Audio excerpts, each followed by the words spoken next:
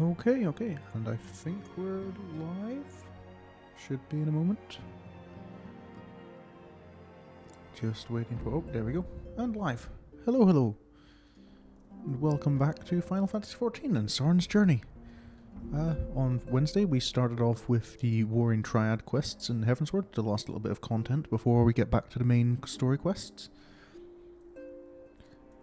Did a little bit of side questing stuff because, well, queue times. The disadvantage of having swapped to a DPS class. But, well, what was I thinking? I'm thinking we maybe just get right into it. Because I'll be finishing off the Warring Triad tonight, hopefully. Which means come Wednesday... actually, that's a question. Can it work on Wednesday? We should be able to get back to the main story quest on Wednesday, because I think it was the 10th. We've got the update for... is it 6.3 coming out? But I think the server should be up again by the time I get to streaming. What? Oh, actually selecting the game would be an idea before I forget the controls to the game. So, and while I remember, let's change the language back.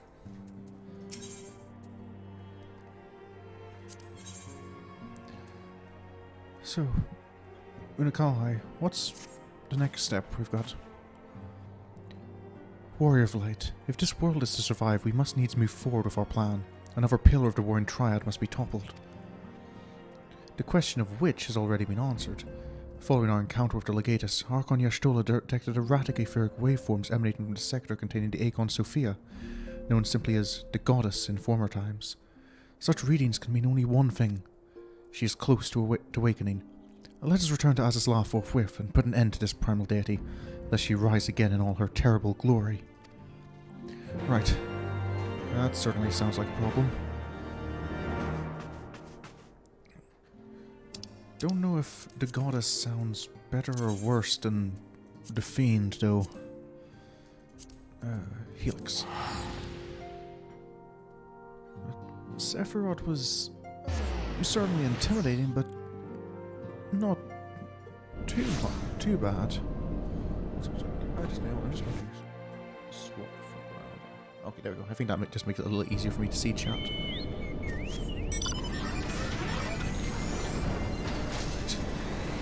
Back to the flagship.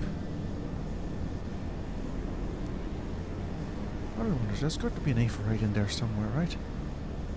Or did the Eikons only build the one Aephorite for the whole of Azys Llya? Oh, I guess kind of makes sense.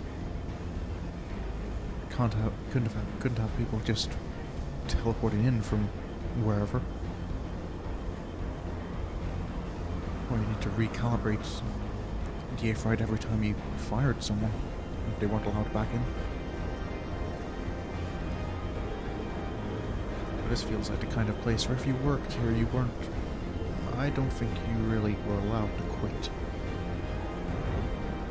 Well,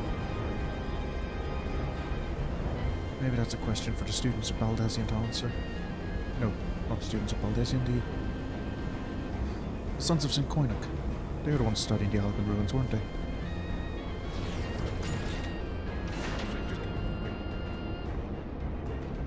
My headphone audio is going a bit weird for me.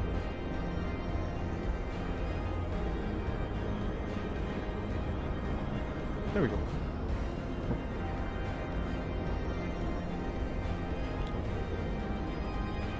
So the cable is just a little...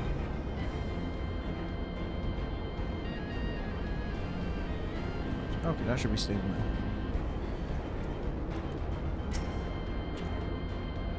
We appear to be the first to arrive. Shall we await our colleagues here? Well, seems as good a place as any, I guess. It's not like there's many safer places on Flagship.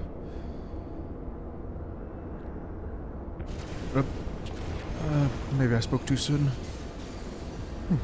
Could the Sixth Legion have returned? Only one way to find out. Sorin, Unulkalhai. Krile? I'm guessing everything's not okay. We're under attack. Stola and Urianger have engaged a foe not far from here. Then we're off to help.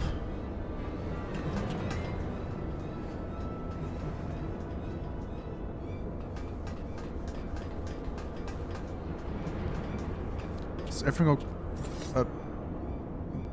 That doesn't look like Imperials. Huh.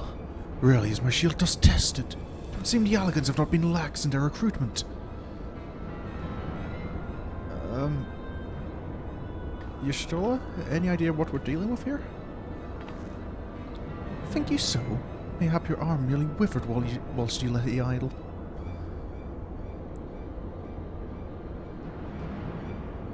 I'm guessing no clues?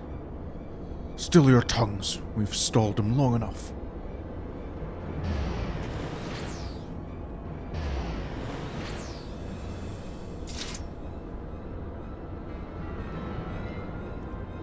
With scales in hand, the goddess shall arise, and righteously cast off her cursed pall, that she, with wrathful Worm King at her side, might judge and then bring balance to all. Hear my words in despair, Eikons. Our goddess is awoken. Your civilization has birthed the instrument of its own undoing.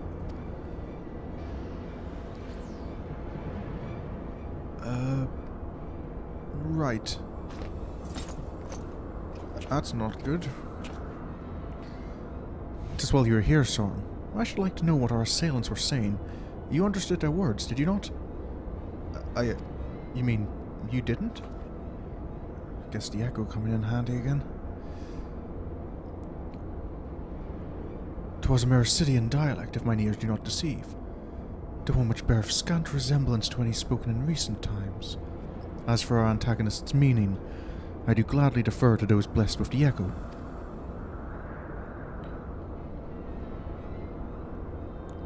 The one with the shield seemed to think we were Eikons. He recited what sounded like a verse of prophecy, then claimed their goddess is awoken. Is that about right, Sorin? That sounds like what I heard. Unfortunately.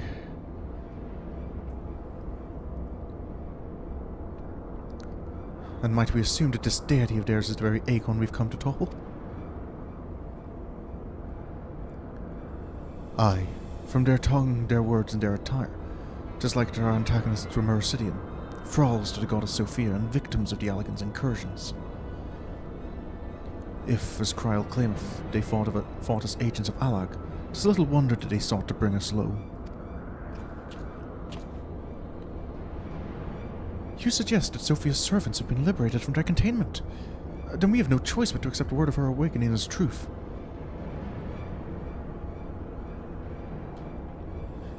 Gods help us! The Warring Triad have proven formidable enough when we've roused them with a fraction of their true strength. Should Sophia break free at the peak of her powers, Sorin and his friends won't stand a chance. Yeah, I'd rather not fight one of those things at full strength. Let us be about it then. Sorin, Krile, Unulkalhai. The three of you will make directly for Sophia's containment facility. Urianger and I will do what we can to occupy the Eikons' thralls. Right. No time for planning, then. I'll get on the link pearl to the Adventurers Guild.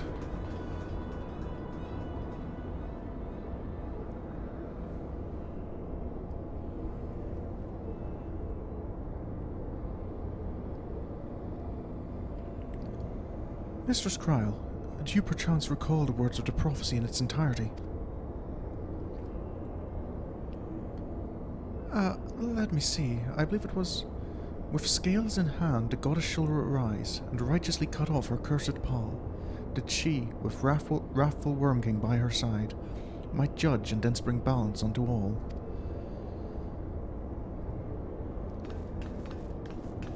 Does that mean anything to you, Unulkalhai? I guess not.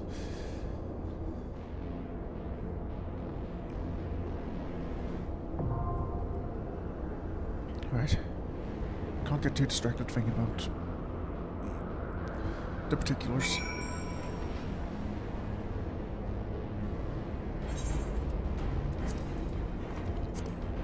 T1, T6. And an average wait of 12 minutes. Perfect. I do wonder how much quicker would it be as Astrologian? If I withdraw and join again. Oh, it's even longer as Astrologian. Okay, yeah, let's stick with Red Mage then.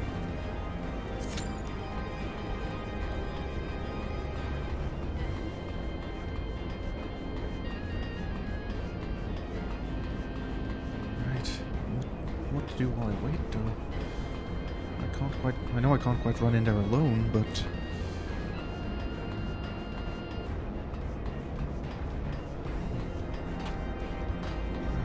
I guess I can always continue helping around Ishgard.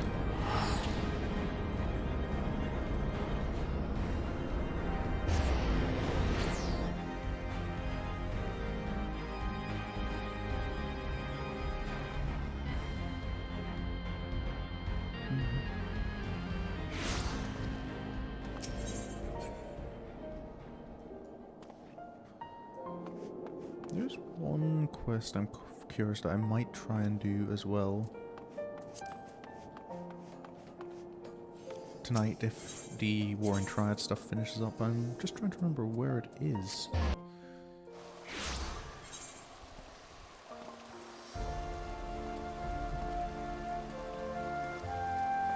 That's Becoming Dark Knight, that's...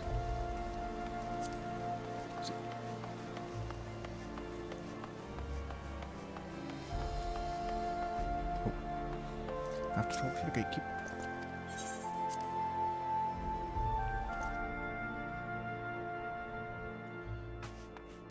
Alphino? It would seem that our dear friend Estinian has slipped from his sickbed and vanished from the city. Were it anyone else, I might expect a word of farewell, but such is not his way. Nevertheless, I shall thoroughly berate him for his lack of manners next time we meet. Oh, it's in here. That's what I want to do. The paths we walk. So, have you always been? I don't remember ever seeing you before. Master Sherwood, Solette. My name is Solette. I'm sorry, I've just begun working here and not... You're rather famous, you see, and... Pray excuse me. Not a problem. Famous, am I? Well... Kind of, I guess in Ishgard, maybe. Well, I can... It's hard to argue that my name wouldn't have gotten about.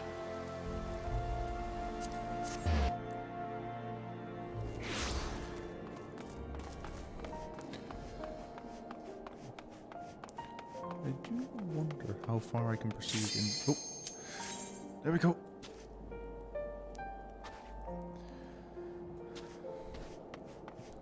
I was going to see about maybe starting, because I quite like the Firmament quest lines. Like getting to see Ishgard's... the stuff going on there, like the after... what comes after Dragon Song War. But I'll maybe keep that in mind as something to do, because Sorin does have a little bit of Disciple of Hand knowledge. Right. Focus. Big fight. Another primal. Another big primal.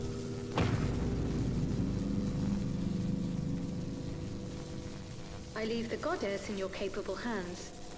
Just watch out for her worshippers. Right.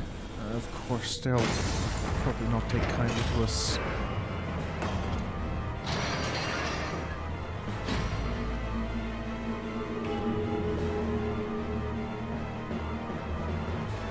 Hello.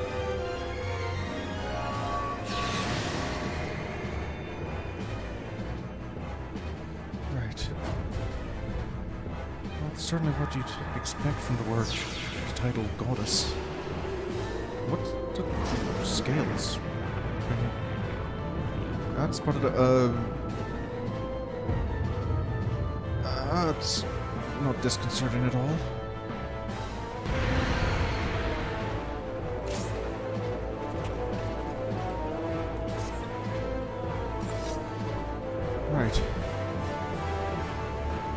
Have a primal. I've done this before. I can do it again.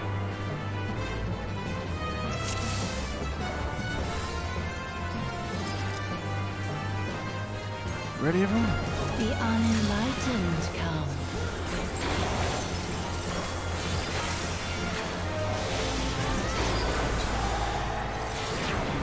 Let's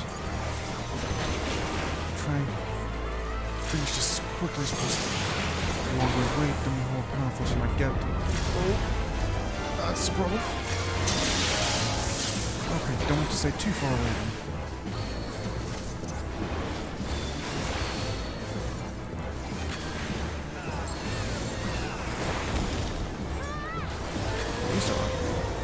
Know you the full weight of death. Okay, I do want to stay far away.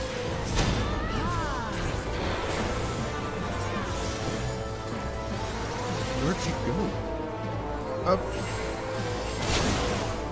Ow.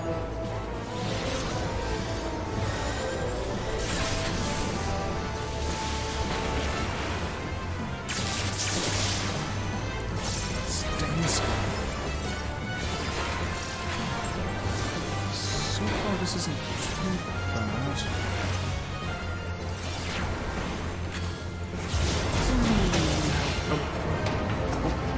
Worshippers.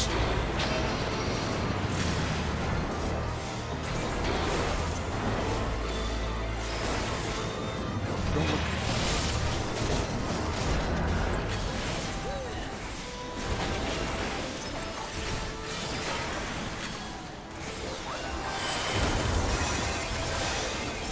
Wait, she's a healer.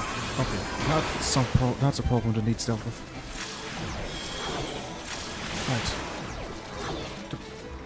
Come forth, scales of revelation. I've only just now I noticed. would know the weight of your Where souls. are? Whoa. Okay, that's.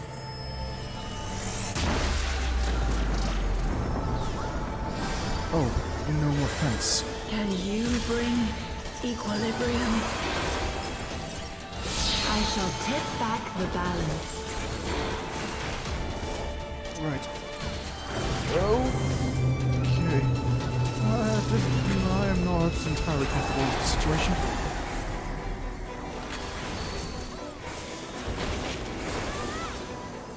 Right. Charge in.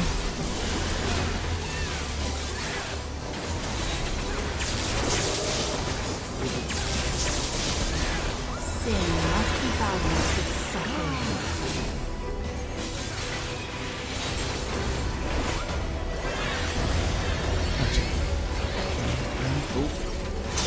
Ow! Not paying enough attention. Too focused on the scales. Don't forget she has other attacks. Daughter, be the bearer of my wisdom. Away from the head. I've just noticed the mouth that thing has. That's not.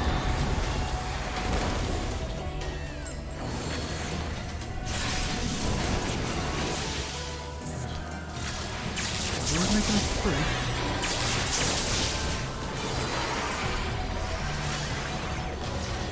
Now where's she going? Okay, stay away from this. I know this one.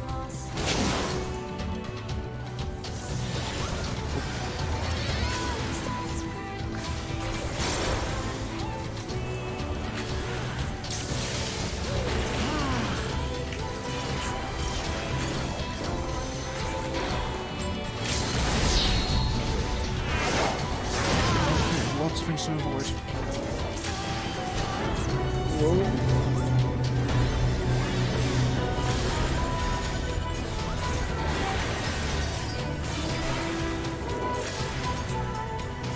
Far back off, not sure, but I can just...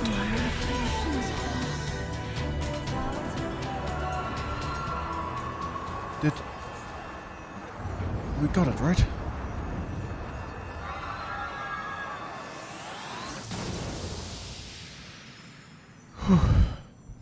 And everyone down. Hey, hello Mooney. How are things going?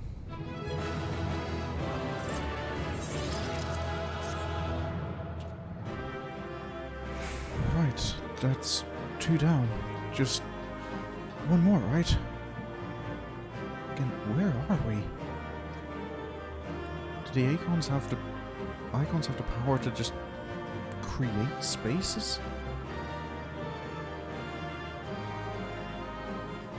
Sephiroth did the same. Created just a forest inside the flagship.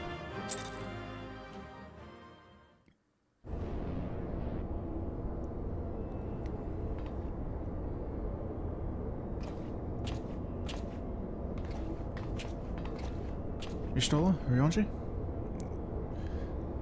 I see the goddess is no more. Well done. Once Krile and Unulkalhai have rejoined us, we may safely depart. One thing yet puzzles me, however. How did Sophia's servants come to wake from their slumber? I believe we have the answer to that. Krile? We discovered the remains of a Garlean soldier in an adjacent sector of the containment facility. It is likely the fool ventured too close to Sophia during the Empire's previous incursion and was enthralled for his troubles. Another reminder, if any were needed, as to the incalculable threat posed by these beings. The goddess would not have even been close to conscious when she claimed a man's will, and yet his mistake granted her the means to release her servants, and would have resulted in her own liberation had we not been on hand to intervene. Do I again? That's as high as it can go. Maybe do I just need to do that? Is that any better? I'm spiking into red quite a bit on OBS, but does that sound okay?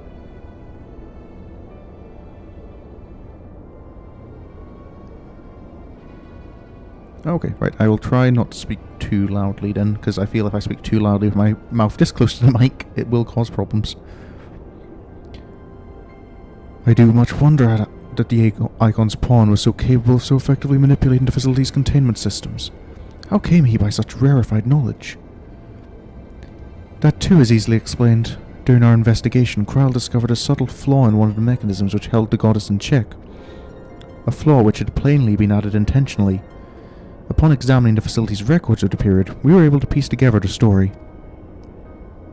It was a time towards the end of the Third Astral Era, when the peoples of Eorzea faced extinction at the hands of the Allagan Empire. Sophia, a being of incomparable cunning, was said to have communicated certain plans to her servants through the medium of a trusted oracle. Following the oracle's instructions, they duly conspired with a rebel faction within Allag who, we believe, agreed to tamper with the prison intended for Sophia, and then the goddess and her thralls chanced to be captured, though we suspect this had always been their plan. Indeed, the prison was situated at the heart of Allag, and we think that they intended to attack the city from within. They would merely have had to wait for the rebels to exploit the weakness in their confines. But the conspirators' dealings with the Mercidians were exposed before they could enact their plot, and all were summarily executed. It seems that the flaw itself remained undiscovered, however, and might have remained so until the end of days had it not been for the actions of the Archbishop, and subsequently the Garleans. I cannot help but wonder what might have come to pass had their scheme been successful. Mayhap the answer lies in the prophecy. Krile have the right of it. Its words may be deciphered thus. The cursed Paul speak of Sophia's prison, from which she was supposed to emerge at the agreed hour. The Worm King, meanwhile, can be none other than the great Bahamut himself, then yet a prisoner, whom the goddess did intend to unleash upon Allag to set right the scales of justice. A foolhardy plan. Had it come to fruition, the two of them would surely have raised the realm. Naught would have been spared the devastation, the Mercidians' homeland included. Their home already stood on the brink of oblivion, and mayhap they wished for naught else but to purge the poison of Allag with primal fire. The tale teaches us that even the greatest of man's creations may yet be brought low by a single act of treachery. The Allagans were fools to place their trust in technological bondage. To shackle such beings is but to delay the inevitable. Naught save their total destruction shall free us from their menace. Let us return now to the Rising Stones, and there consider the final step of this most needful task. Right, the last remaining icon. The threat posed by this facility is far greater than you imagine, Urianger, and one and one not limited to the Eikons themselves. Sophia's remaining servants must be put down.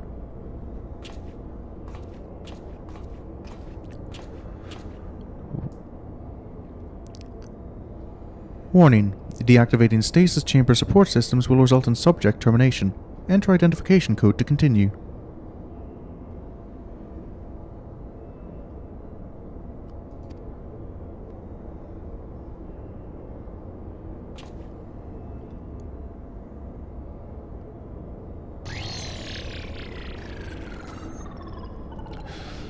And there's the casual genocide.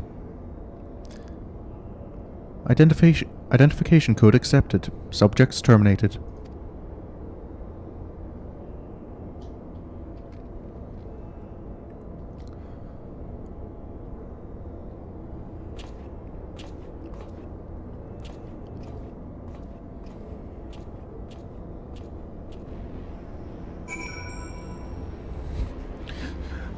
I partly appreciate that it puts you right next to, like, in the room where it just happened, just a few meters from the verification node. And it's just...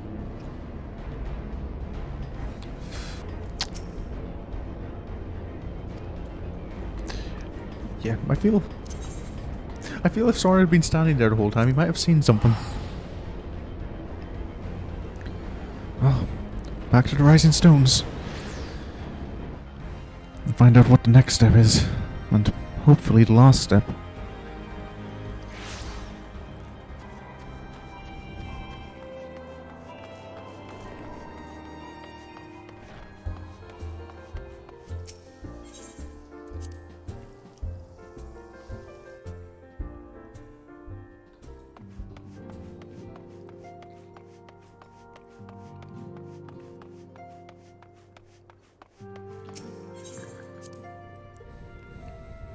I wonder who this third member of the Warring Triad is.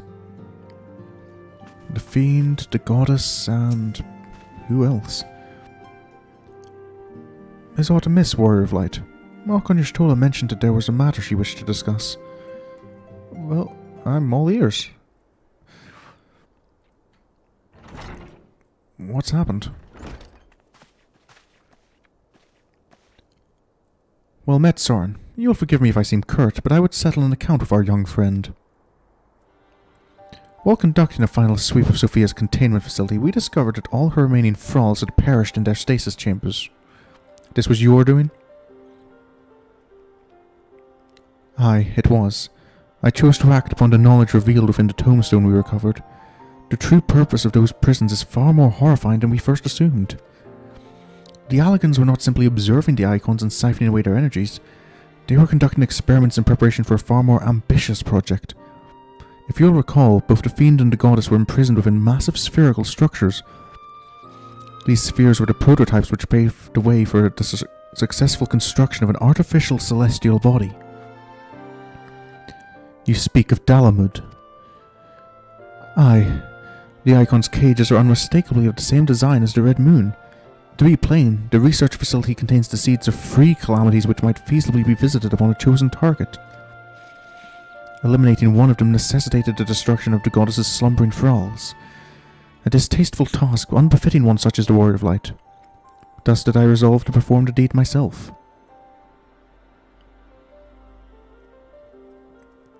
You have made your case, and 'tis apparent that we were not in full possession of the facts. Nevertheless, your notion of what may or may not be expected of Sorin is presumptuous in the extreme. Miss Y'shtola? I'm not sure if that's something I could have... I think Unulkalhai might be right in this particular instance.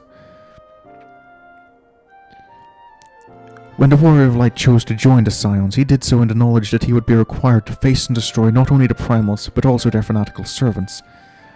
That which you term a distasteful task is an essential part of our calling, a burden which every Scion is sworn to shoulder.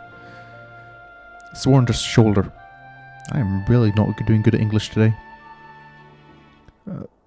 Y'shtola, that is right, but I don't know, there's something really feels different about just, just... killing people in their sleep rather than fighting them. I really feel in an awkward position here.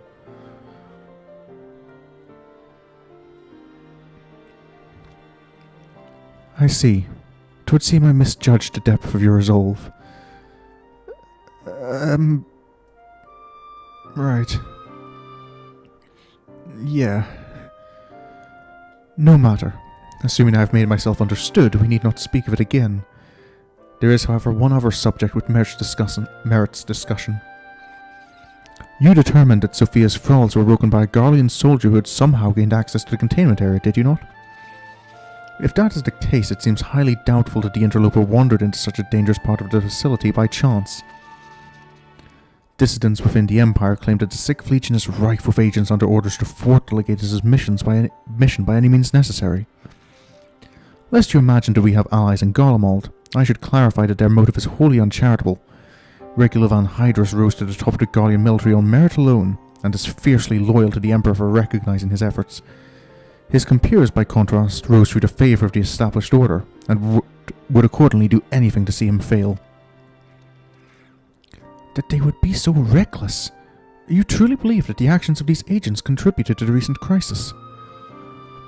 Aye, and that they pose no less a risk to the realm than those loyal to the Emperor. Plainly, we must need to continue to do all in our power to prevent the technologies of Allag from falling into the hands of man. On that point, at least, we have ever been in complete agreement. I guess even the Empire isn't ironclad.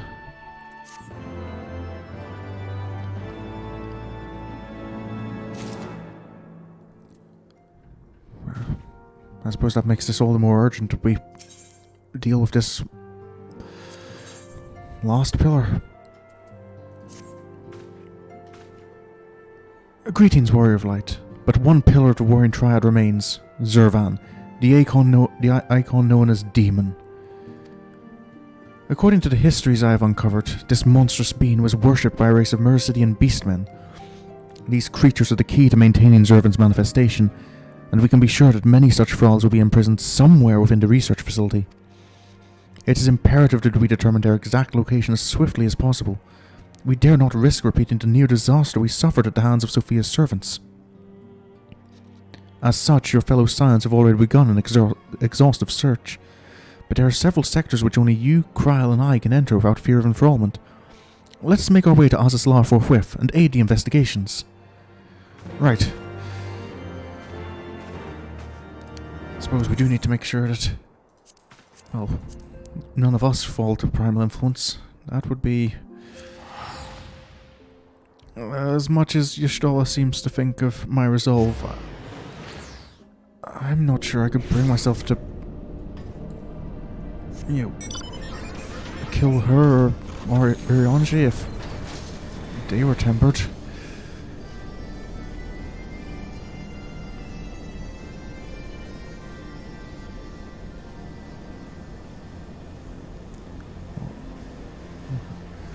Am I returning to the Afrochemical Research Facility, or... Okay, no, it is Triad Control. It's not Triad Control. Triad Control is a part of the Afrochemical Research Facility.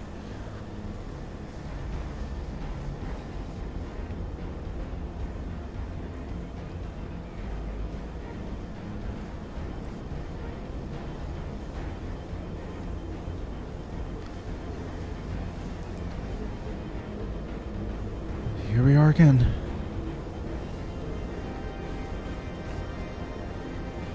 So, if that's Sephiroth, that one there's Sophia, and then this one must be Zurvan.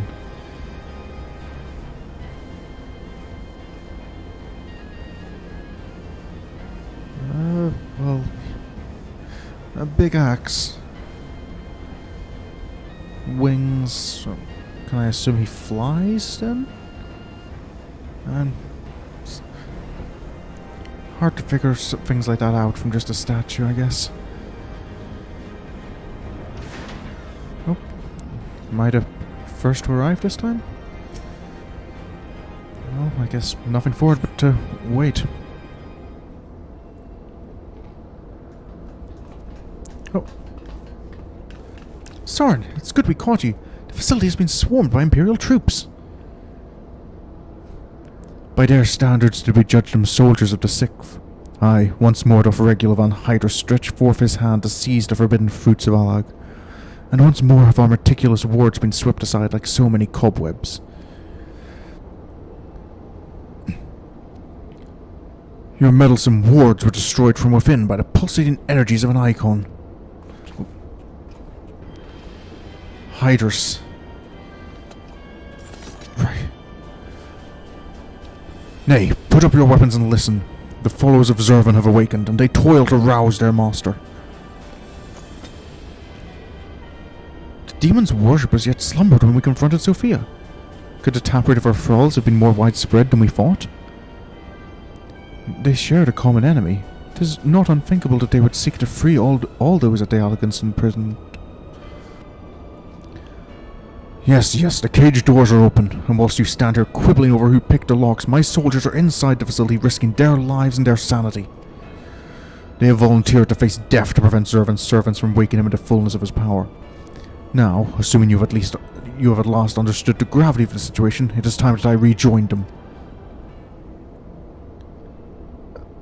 But you cannot hope to succeed. The Eikon will enslave the minds of any who draw near. Thus did I seek out those with the power to resist his influence. Aid us, and mayhap my men will not perish in vain.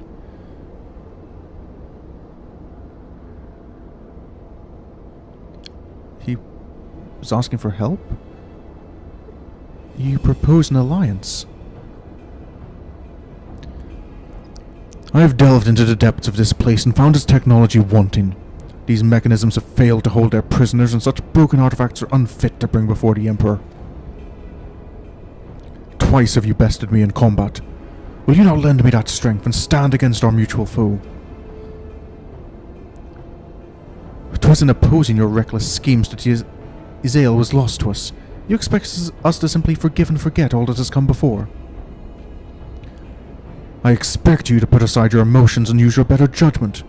But, of course, I am dealing with savages. I will not stand here and justify the death of the Ice Maiden. We pursued our ideals and you pursued yours. Such was the result. And mayhap you might consider another point. In these endless clashes, we have all lost comrades dear to us. Yet I chose to put aside past grievances to beg your champion's aid, to appeal to your reason. Thou art willing to build a bridge of common purpose upon such tremulous foundations. I, too, am hesitant to accept this agreement, Archon Y'shtola, but the offer has been made to the Warrior of Light, and 'tis his involvement which shall ultimately sway its outcome. I shall abide by Sorin's decision. It's on me? Well, I'm no fan of the Empire, but he's got a point. Zervan's the threat here. I don't think we can say no to any help. Then for better or worse, we shall fight at your side. Mistress Krile and I are also resistant to primal influences. We shall aid you where we can. Then let us be on our way.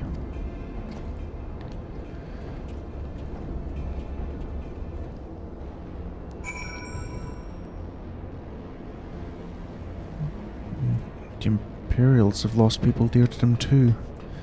I never really think of it like that, do I? Right. Primal takes precedence for now.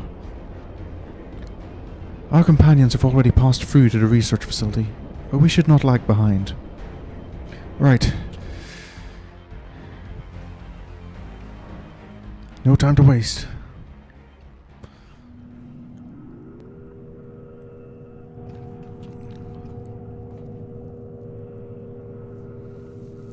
So this is Zervan.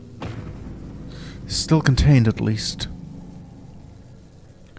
The demon stirs. That's a point. He does seem to be moving. Like a suckling babe, he feedeth upon the aver siphoned unto him by his thralls. We must needs deprive him of this sustenance. Then we destroy those devices. Right. Break the pillars, stop the flow of aether. Got it. Hold! Witness your soldiers!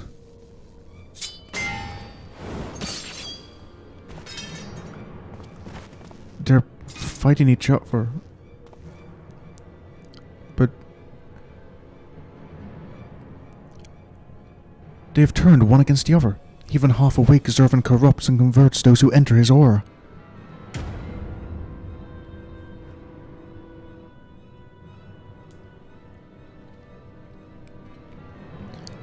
The three of us then. Sorin, Unulkalhai, we rush in together and each disable a generator. We cannot give them a chance to rally a defense.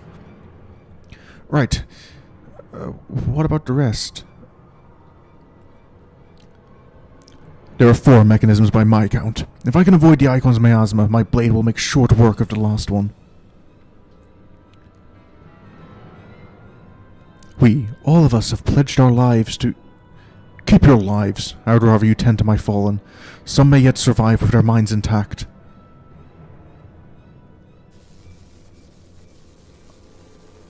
Hydrus?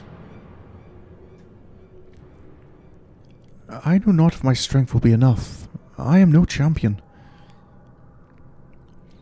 The battlefield is no place for uncertainty, boy. Fate has blessed you with a unique talent and an occasion to use it.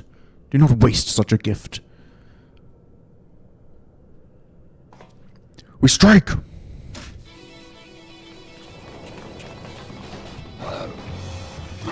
Right.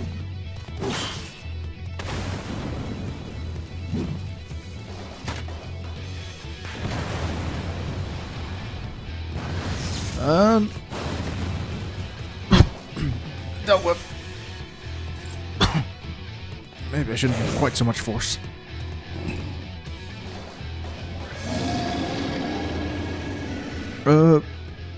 Gods, Zervan is... Unulkalhai? You can... Unulkalhai! Can't make it in time.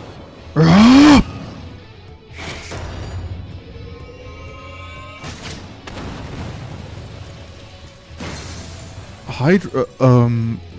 That looks like we were a little too late. Hydrus!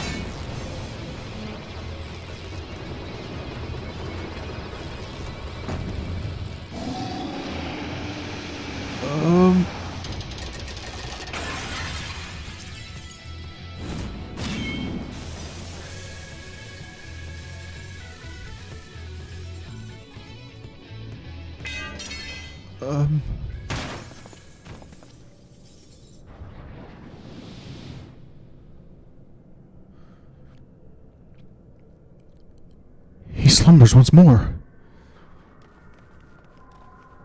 Hydrus, you saved me. Why? I told you, boy. Yours is a gift too precious to waste. A gift the Emperor may one day have need of in his war upon these untamable Eikons. Emperor Varus, he raised me up from the ranks, stood against my detractors. I gladly give my life in his service.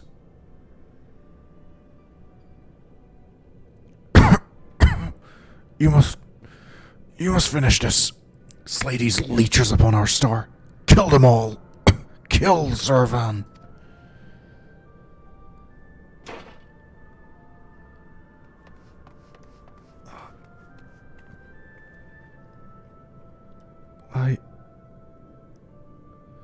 We must needs withdraw and prepare our assault.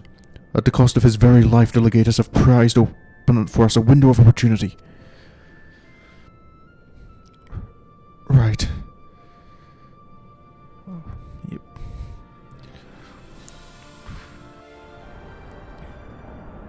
Takes so long before you get good Garleans who survive.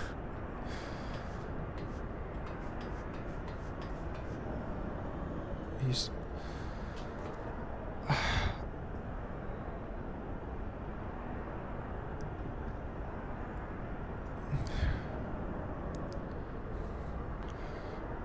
All the hatred of the Empire in Eorzea, it's so easy to get swept up in it that you forget sometimes there. Oh, didn't mean to run. What?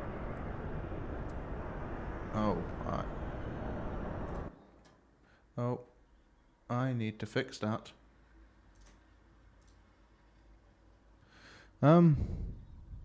Right. Okay, that's... okay, maybe a bit explanation of what that was. Okay. Give me a moment. I don't have it. That is... yeah. Just need to send a little message to Meta.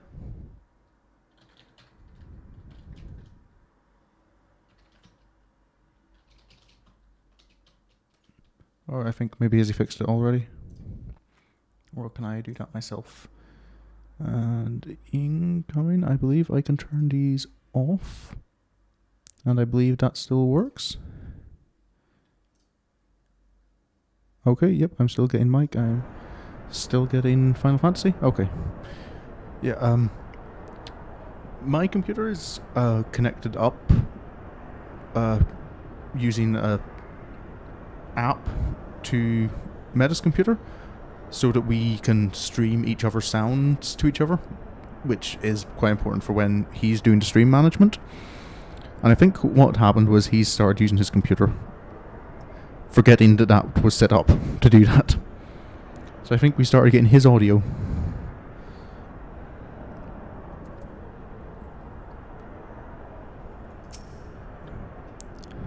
The research facility crawls with Zervan's faithful. They will not cease in their efforts to rouse him. If you would honor the legate as a sacrifice, then you must slaughter those fiends to the last. Forgive me if I show little gratitude for my rescue. It is said that the Emperor and Von Hydrus were childhood friends. Foul fortune that we should be the ones to bring news of his death.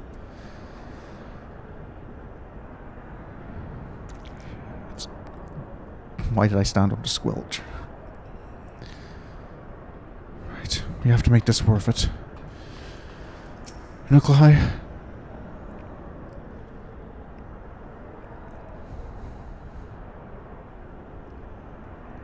He's dead. Had I only been stronger...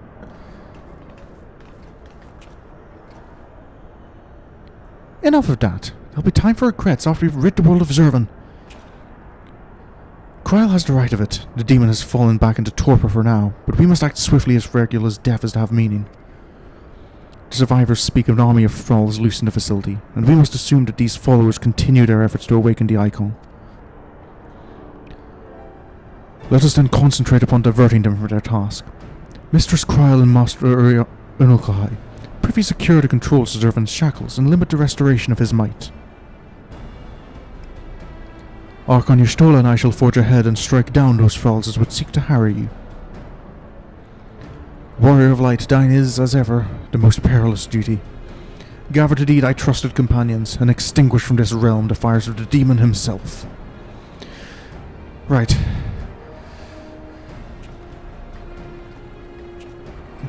I won't let him die in vain.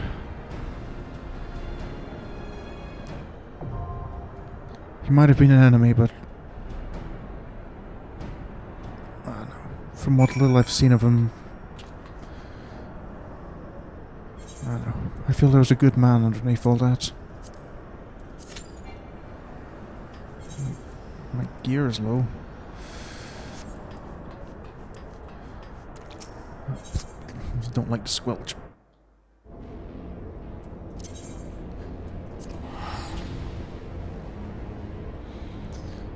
Let's see if I can't get this fixed up.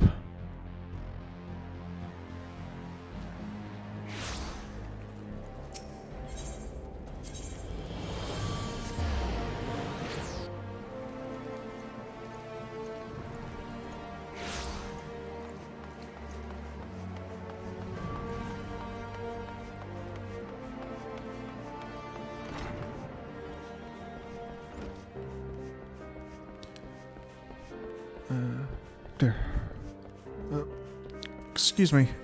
I'm just looking to have some gear repaired, if that's okay. Oh, Gil. I'm so used to on my main account because I have because I've gone and leveled up everything. I'm so used to being able to just repair it myself that I forget quite how much it costs to. So I saw that and thought the ears were like the head, and thought it was like a paper cutout minion of something. But no, it's just the Viera from the Ivlis Alliance raids, I believe. What's this here? It reads, workers sought for the firmament reconstruction project. Let it be known that large-scale reconstruction works aimed at revitalizing the Holy See of Ishgard have been approved by the House of Lords and Commons. Selected as the principal site for the project is the Firmament District, which sustained extensive damage during the war. Willing and able hands are now sought to contribute to the reconstruction effort regardless of birth and origin. From those skilled in gathering from the land to those adept at creating with their hands, the project's needs are great and diverse. Contributions will not go unrewarded. I'll maybe look into that at a later point, but right now... Zervan.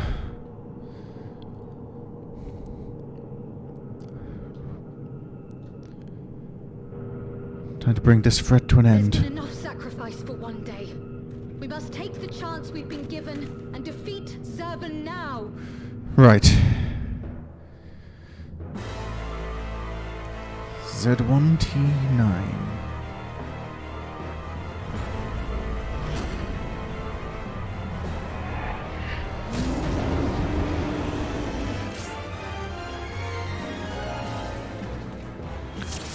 Right.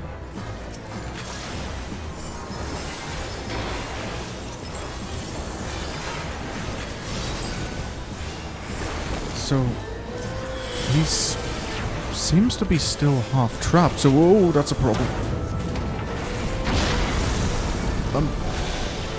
Oh. He's this place is falling apart around us. That's not good, right? Oh.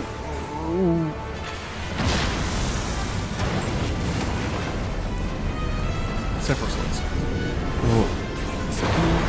See, I really liked Sephiroth's theme when I first heard it, but it's kind of the opposite of growing on me.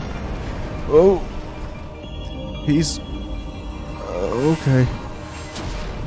Oh, why does he?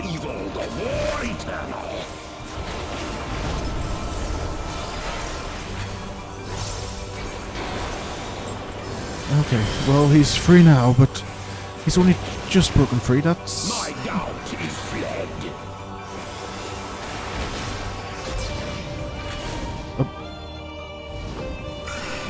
Oh.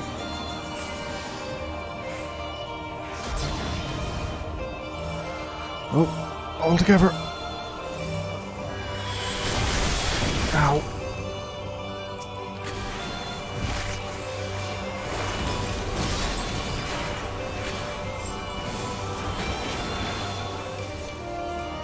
Wave cannon. I assume that means I want to be not there. Nope. As our white mage just gets.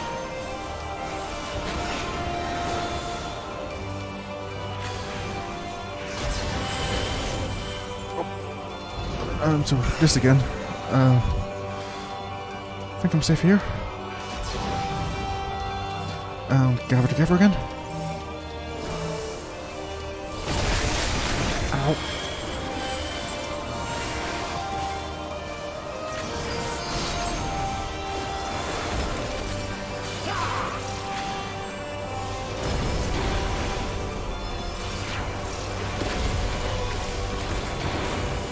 Ice this time, so don't touch the middle. I shall rise above all. Okay, now what? Bear witness to my will. Right. scared of some minions.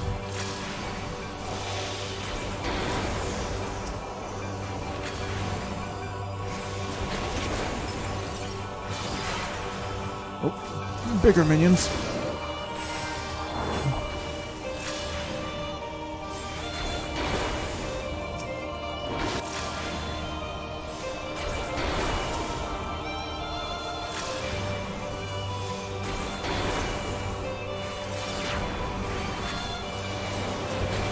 Right, dealt with even more of them. Oh.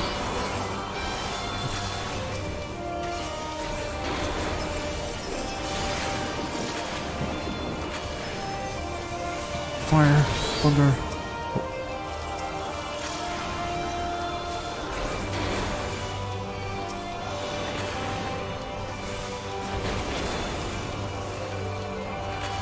I think we're getting there. Now what? Oh, can't move. Bow to my infallible judgment. It's cold. Very cold.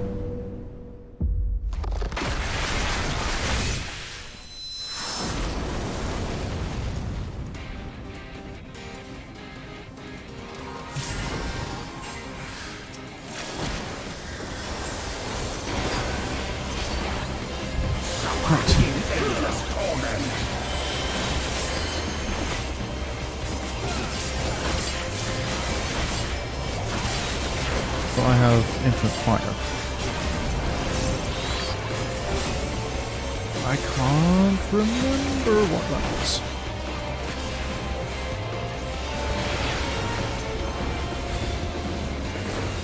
Am I supposed to go for opposites? I think it's opposites, right? Okay, I feel that was right. I didn't get a debuff.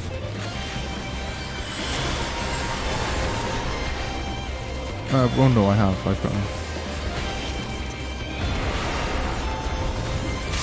Ow! That hurts. Southern Cross. Isn't Southern Cross the red? Isn't Southern Cross the red mage limit break in PvP? Is Zervan red mage? Or is it?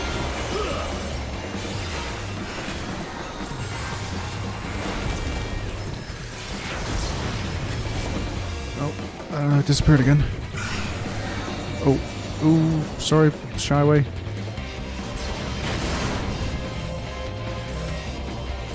All together. Ow. In endless torment. We've got to be close, right? Just a little bit more. Oh.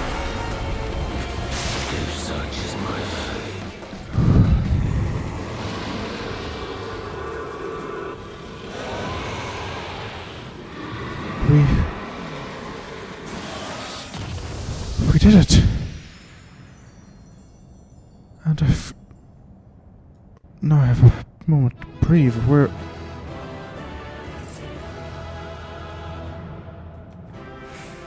are we now? Is this what Mercedia looks like?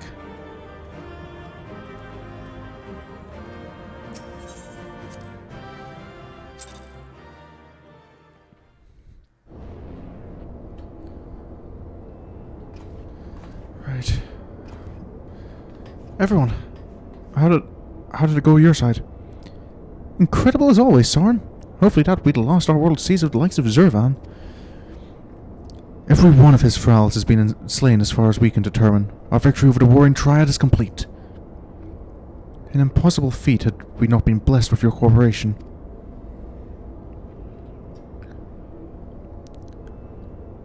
Let us not forget the efforts of regular Van Hydrus and his men. Without their noble sacrifice, the demon would have awoken far sooner and possessed of far more formidable energies. The bodies of the fallen now accompany the survivors on the return journey to Garlemald. 'Tis known that the Imperials recognize no god, yet they would honor the dead in their own fashion. And when next we meet, our fleet and alliance will surely be forgotten. 'Twas an interesting exchange, nonetheless. They spoke of their present ruler as a man who values self-sufficiency. Varus befriended Regular in their youth, it seems, and was highly impressed by his martial prowess. It is common knowledge that Regular's rise to legatus was in great part advocated by the Emperor himself. Regular freely admitted his shortcomings when it came to politics, and it was Varus's unconditional support that served to win his undying fealty. One does not expect such tales of comradeship to lurk beneath the Empire's iron exterior. Contrary to all expectations, the man died a hero. Witnessing the way you all leapt into danger without hesitation, it would seem I am surrounded by heroes. And yet, my own actions were aught but heroic. I have not the qualities nor the character to stand at the Warrior of Light's side. What a curious thing to say. Are you truly concerned that you don't measure up to some arbitrary requirement? If you knew of the path I walked to reach this place, then you would understand why I doubt myself so. Return with me to the Rising Stones, and I shall tell you of it. The right to stand up... You don't need a right to stand at my side. Well, I mean...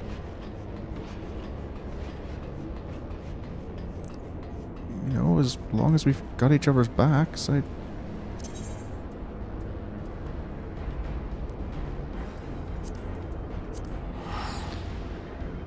need to start considering more about the reputation what I'm doing is giving me.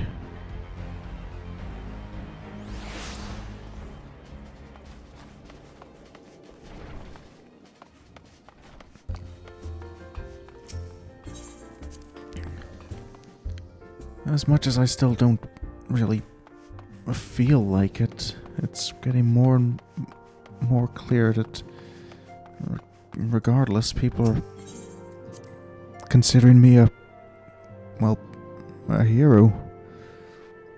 I suppose even the title Warrior of Light is a kind of a big deal. But, so, what's your story then?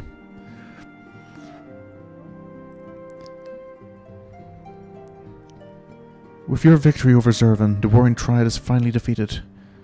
I am afraid, however, that mine own efforts have been more of a hindrance than a help, and you and your fellow Scions deserve to hear the reasons behind my actions.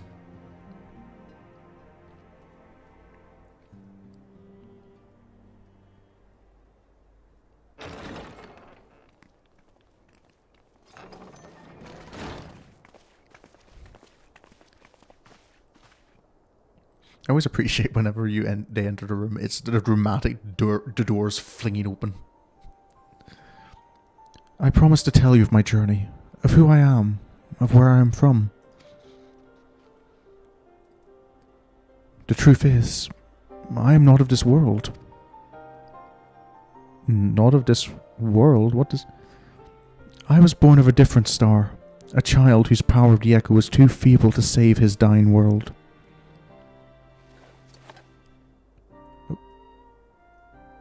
A child who, unlike you, never became a warrior of light.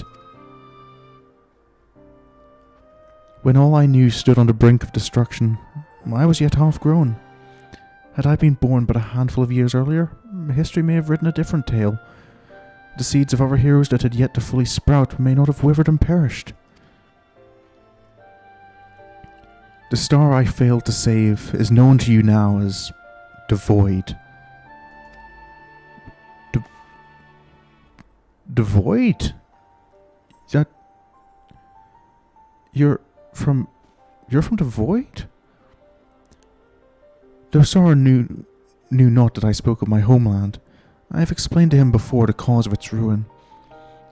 A magic was devised to contain a defeated Primal's might within a stone known as Eorzea, and the energies which bled from this imperfect vessel gradually corrupted the champions who wielded it. These heroes became slaves to an insatiable hunger for Aether, eventually transforming into hideous fiends, and none who clung to the faint traces of light were strong enough to oppose them.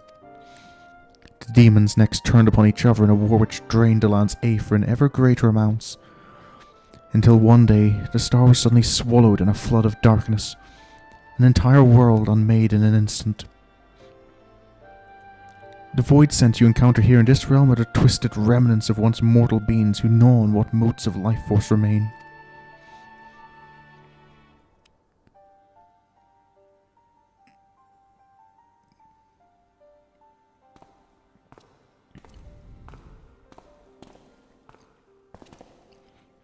And as I lay dying, beaten and broken in my failed last stand, 'twas my present master who found my tormented spirit, and bore me away to the rift betwixt worlds. 'Twas he who first introduced me to Urianger.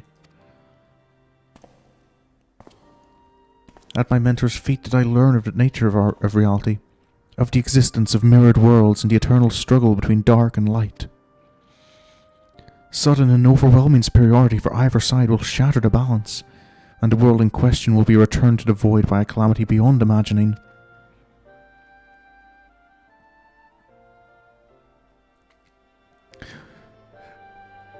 That cutscene's a lot more interesting. Now that this is the second time I've seen it after finishing the game, more or less. Well, I finished up to the end of Endwalker's MSQ. None of the patch quests. But it's still... Okay. It's things kind of hit you that they're kind of, oh, that's... that. It's not a major thing, but it's kind of... As the self-appointed custodian of this balance, my master warned me that the source, the first of all worlds, slips perilously close to oblivion.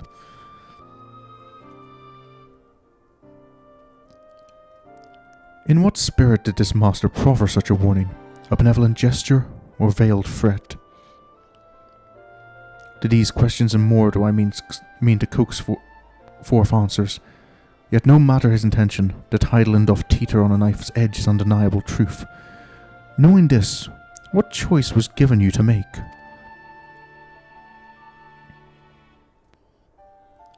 I chose to join my master and act as his instrument on this star. The tragedy that befell my home cannot be repeated. I will see this world saved. And yet, I hesitated at the most crucial of moments. What right have I to stand alongside a true warrior of light?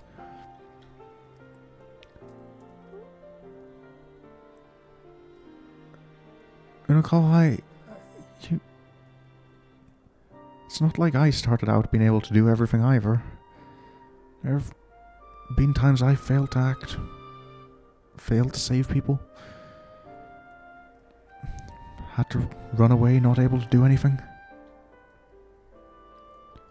In thine own words thou wert called before thy time, and I offer that thou dwellest overmuch on the question of what maketh the hero. The search for the answer leaveth thee paralysed by doubt. Heed me, Master Unulkalhai. Thou needest not believe thyself a hero to perform great deeds. 'Tis the deed itself which earneth thee the hero's mantle. Aye, the ideals you hold can be less important than having the faith to act upon them. Regula's loyalty to the Emperor guided his actions until the last. And though we did not see eye to eye on many things, his final deeds can be called naught less than heroic.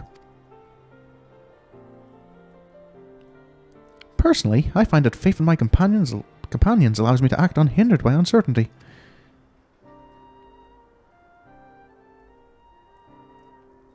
I know that should I ever falter, Sorin and the others will be there to support me, or steer me back onto the right path if needed. Well, that's what friends are for, Krile. I see. In the days leading up to my world's destruction, I was entirely alone. I never knew what it was to have such comrades. I cannot imagine the loneliness you must have felt, but look around you now, Unulkalhai. You're not alone anymore.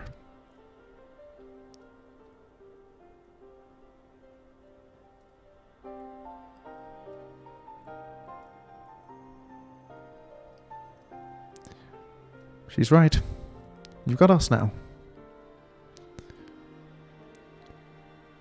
Welcome to the Scions of the Seventh Dawn.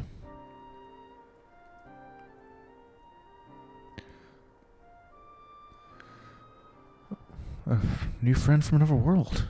That's... I will fulfill my promise to save this world, and when I stumble, I shall be glad to have your hands there to steady me. My apologies. This is difficult for me. For so long have I spoken from behind a mask. Oh. We should all feel comfortable speaking without such concealments. Urianger, are you really the... I should hope you appreciate the irony of that statement, Urianger. Oh, yeah, I still have yet to really see what your face looks like.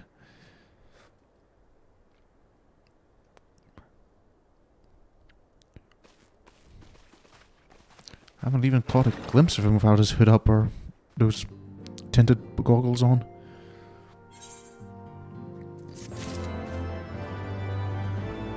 I do believe then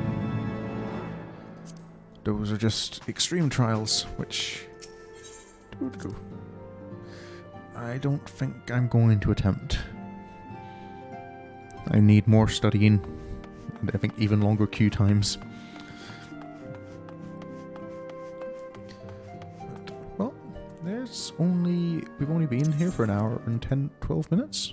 It's trying to finish up a bit quicker than I thought. Queues were nice and short, relatively short.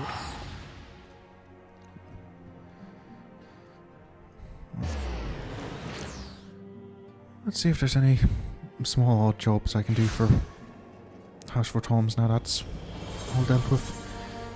Could do with something a little bit quieter.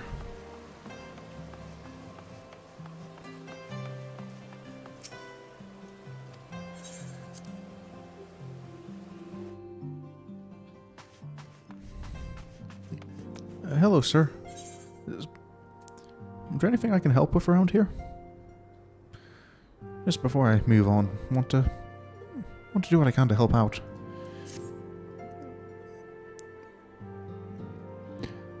It was bitterly cold when you first came to our city, when I stood waiting for you before the Ark of the Worthy. I think that was where it all began. How much has changed since that day? Oh, forgive me.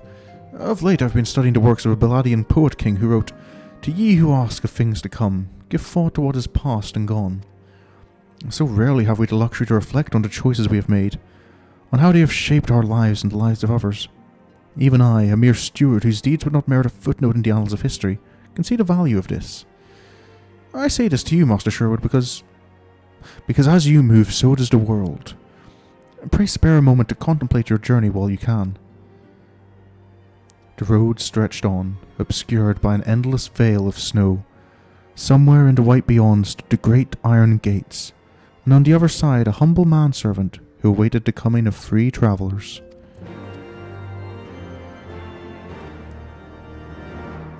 You know what? It's not quite an errand, but I think you've got a point. Maybe it is worth just spending a bit of time to think about everything that's happened since I came to Ishgard.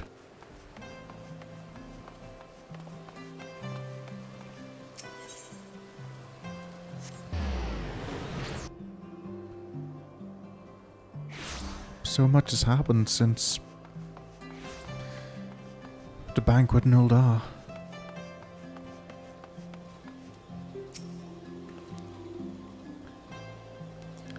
A warm welcome to you, Master Sherwood. And to what do I owe the pleasure? Just taking a little trip down memory lane, ma'am. Just revisiting the old sites. Retracing your steps from those first days in Ishgard. I see. Well, no one could begrudge you for indulging in a little nostalgia. I'm reminded how much I owe to you and yours.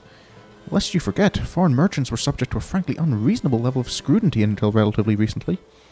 Not so now, however.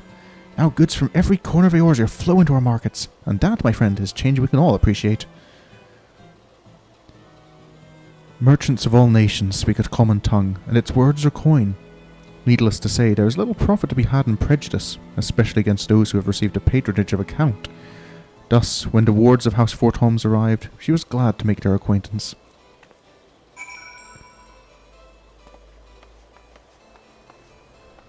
And the market. Should stop by the Forgotten Night as well. And Tataru spent more time there than any of us, but it was still a home to us when we needed it.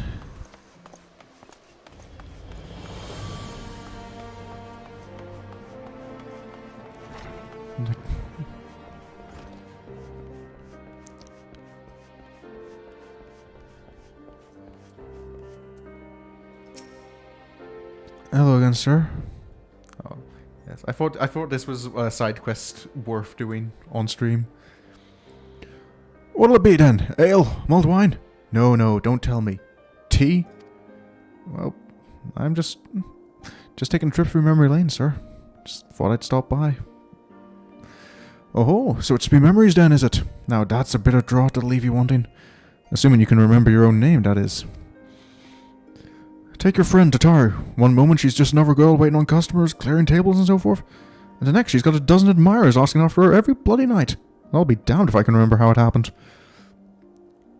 Didn't realize Mr. Tataru was that popular here. Singing those stupid songs, dancing those daft dances.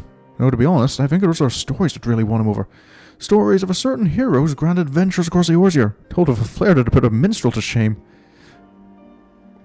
What, Mr. Tataru was just telling people about me the whole... okay.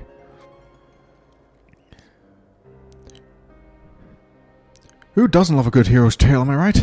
Hells, we've even got one about the man who built this tavern. Was one of the founding fathers of Ishgard, or so it goes.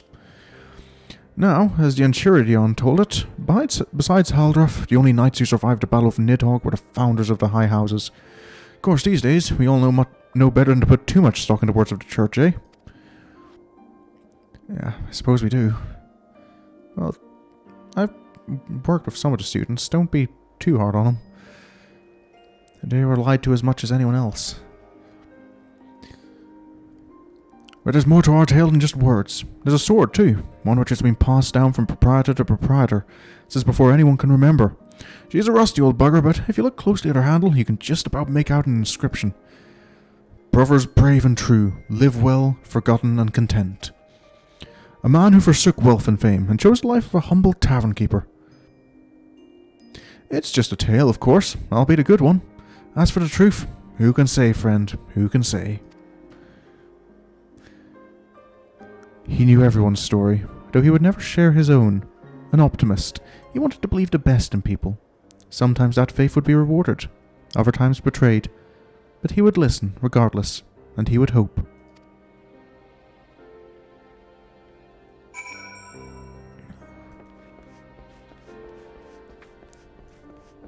Where next?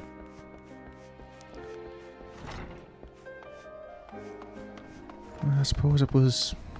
I joined a man lane out in Camp Cloudtop, didn't I?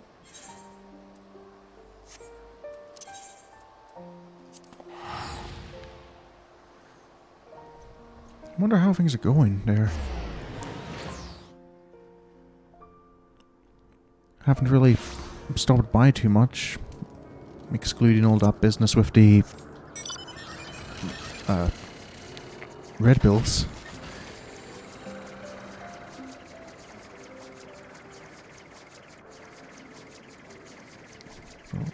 All still seems peaceful, at least.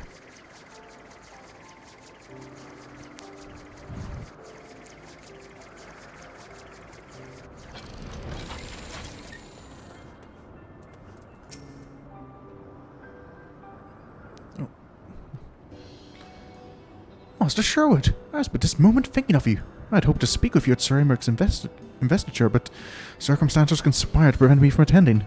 Mayhap you will allow me to say now what I could not say then. On behalf of House Hallinot and all Ishgard, I offer unto you my deepest and most humble thanks.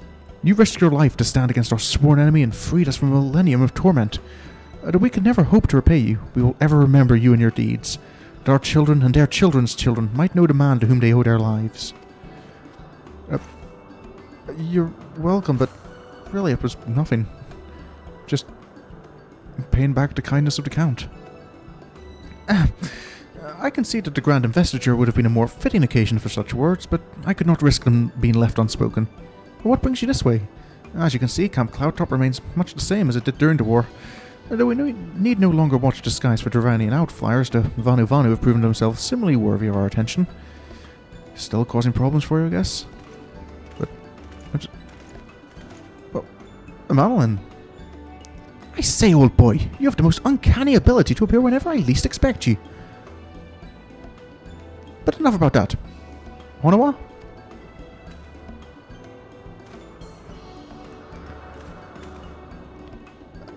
Yes, my lord. Lady Laniette, I am pleased to report that we succeeded in infiltrating Vundu territory and there observed a beastman harvesting crystals at several different sites. Based on the volume of crystals acquired during our period of surveillance, I have prepared an estimate of how much time I believe it will take the Vundu to gather sufficient crystals for another summoning. I have also taken the liberty of drafting several proposals outlining how the Rose Knights might prevent such an eventuality, such as raiding these sites and securing their stores, as well as a detailed assessment of the risks involved should you choose to proceed.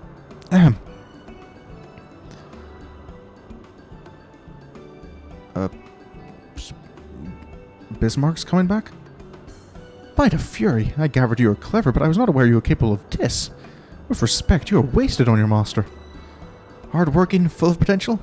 Aye, I think there's a place for you here with the Rose Knights, if you would have it. Honawa's a bit young to be in a knight order, right? That you would even consider taking me into your service is a tremendous honour, my lady, and were I free to do so, I should gladly accept. But I am pledged to another, as you well know. Regrettable, but understandable. I take comfort in the fact that the youth of your talent and character will never want for opportunities.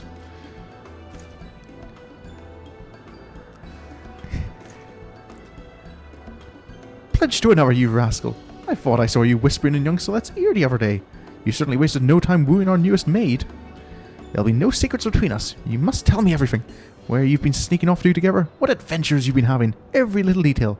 And don't you dare leave anything out. Well, I guess Madeline can only change so much.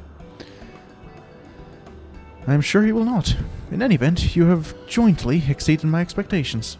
I grant you leave to return to the city. Should the need arise, I shall call upon you again. Thank you, my lady. I believe we shall do as you suggest. Until we meet again, Master Sherwood. I'll see you around, Honawa.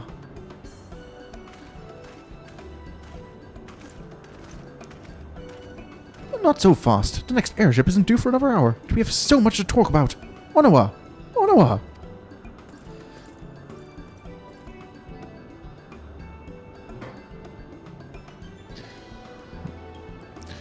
Well, it never changes. For all the lady's disdain, it was an old, familiar dance. To her, Lord Manlane would always be the boy fumbling for a compliment. And perhaps there was comfort in that. A memory of home on the bleak frontier.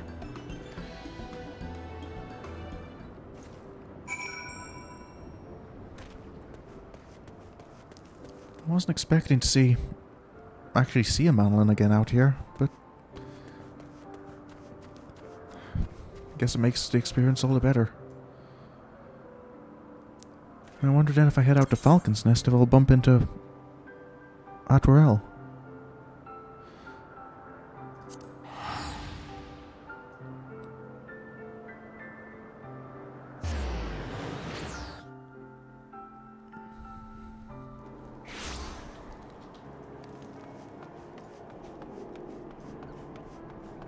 It's as chilly as ever out here.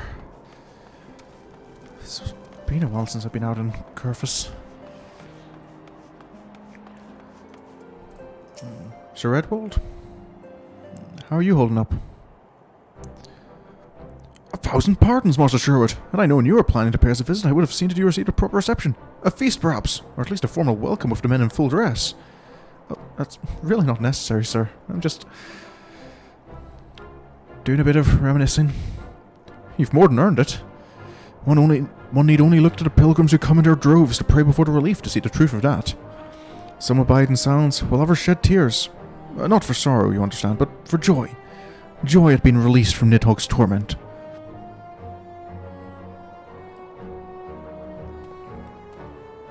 Oh. Atrel. Sir Edwald, the shipment has been unloaded and the quartermaster confirms that all supplies are accounted for. Master Sherwood, are you here on official business? Oh, just a little trip down memory lane. A journey to remember and reflect. Aye, much has changed since first we came here together. Since I abandoned you to follow the heretic's trail alone. Come, my lord. Mayhap you recall the survivor whom you carried back to Falcon's Nest that day. Well, his wife recently gave birth to their first child. Is that so? Well. Mayhap I should pay him a visit.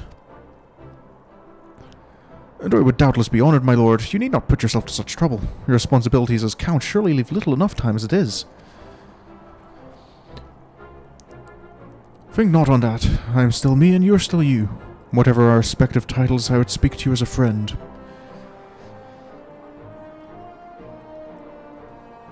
This preoccupation with position and power is sowing no end of discord between our two houses, to the great detriment of our nation. 'Tis especially galling when one considers that much of what we have achieved was by virtue of our blood, and not our character. So call me Count if you must, but note that I take no pride in it. Mayhap one day, when I have earned it, I will. But not today.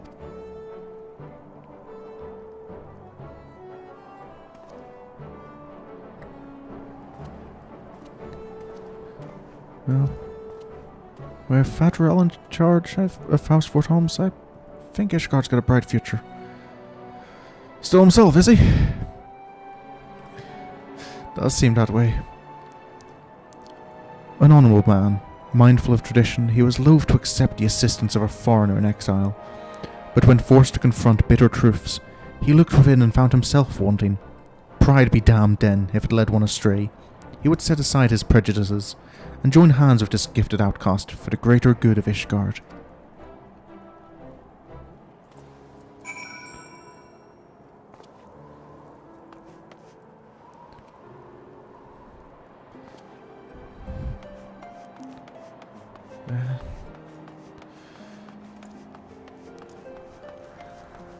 When I returned from Falcon's Nest, it was...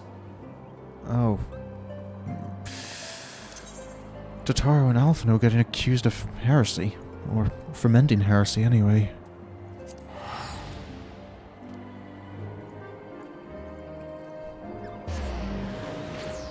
I wonder if I'd be allowed back to the courthouse.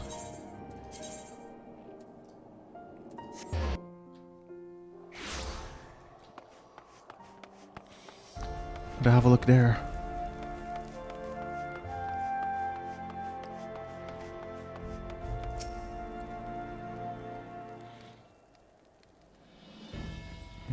No, I guess probably not allowed into the court for any old reason.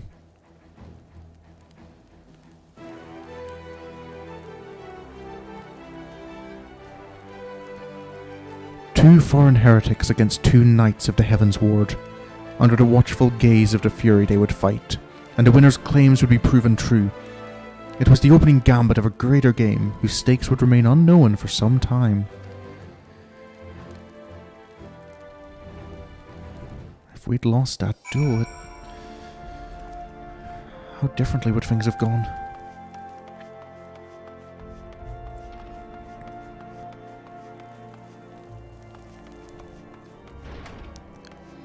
So many things could have changed if we'd never come to Ishgard, I suppose.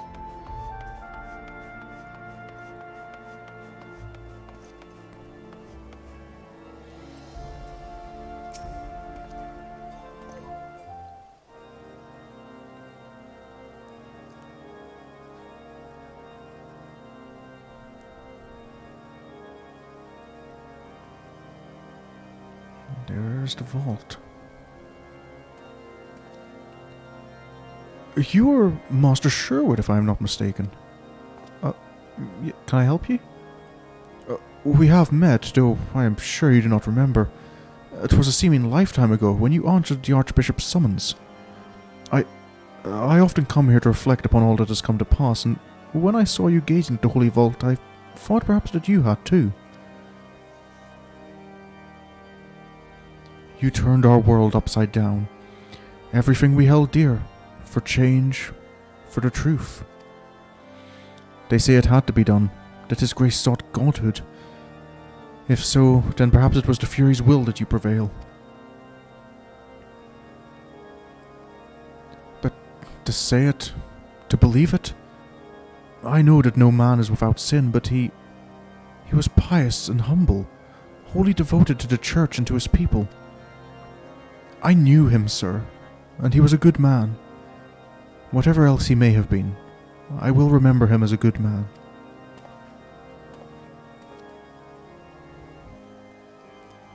To walk the righteous path, to live for the sake of others, to rise to the highest station, yet remain powerless to bring an end to your people's suffering.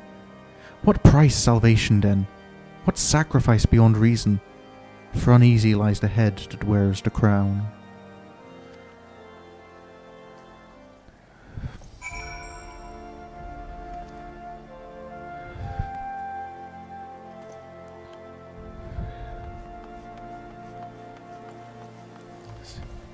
I suppose in the end, in his own way, he just wanted what he believed best for Ishgard.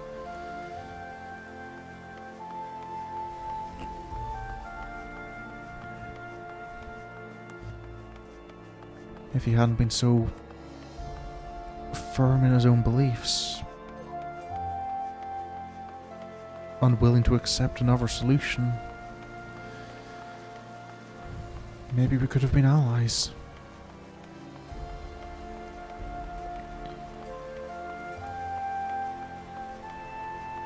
Then, after the summons, it was...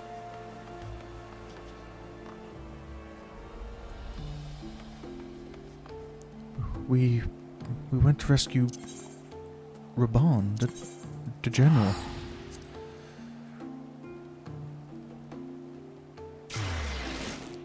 There's a summons from the Admiral. My first return home in a while.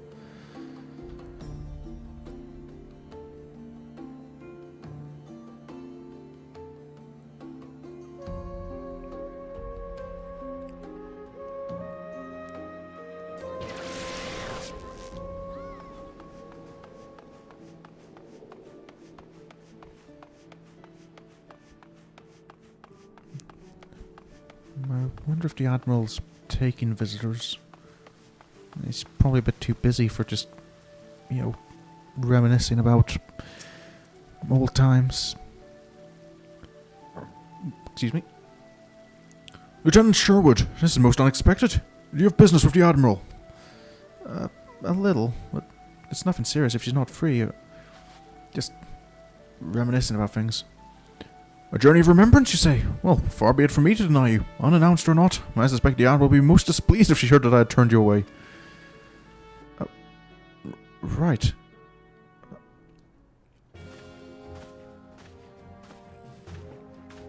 Admiral?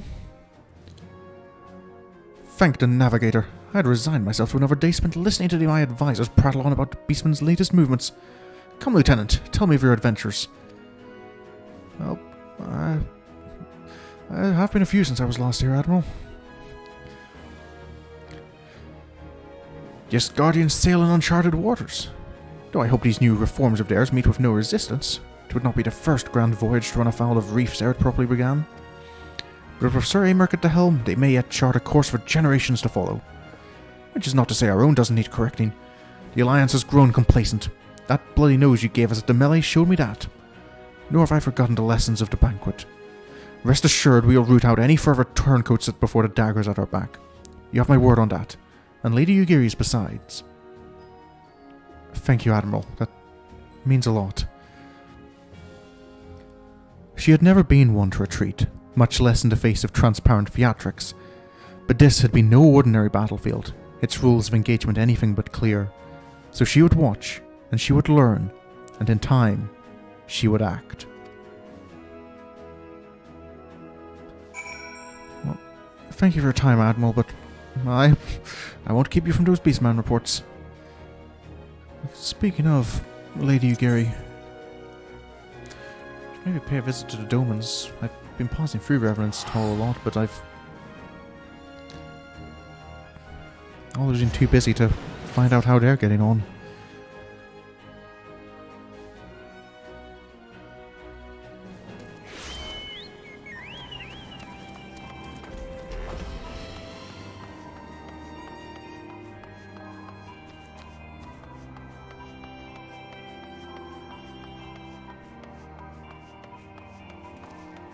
If I believe correctly, a lot of them are helping around at Rowena's. Maybe not meet with Rowena herself, just in case I get roped into something.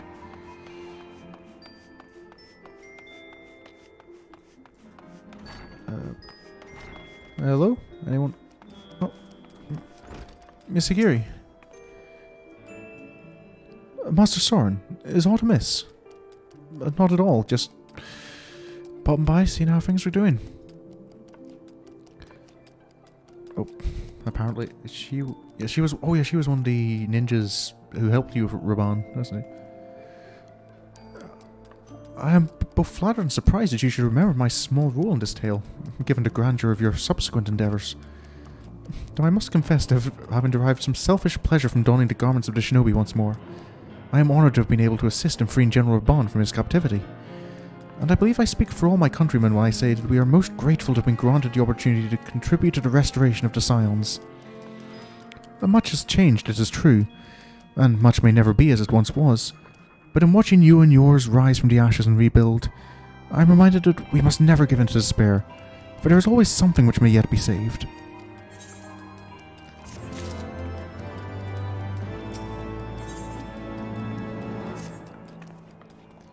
Will you be travelling to Ul'dah next?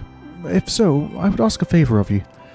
I have prepared a special unguent to aid in General Raban's rehabilitation. Injuries such as his must be tended to daily, even long after they've healed. You need only deliver it to his man, Commander Swift. He will see that the Flame General receives it. Oh, thank you. I'll make sure he gets it. I suppose maybe it'd be too much to expect to meet the General himself if... I suppose he probably has a lot... Of all the city-states, I think the events of the banquet affected Ul'dah the most. He's probably got a lot of work to do. Rebuilding. Trust would be the main thing. But, no, even if I can't meet him, I can at least help out a little.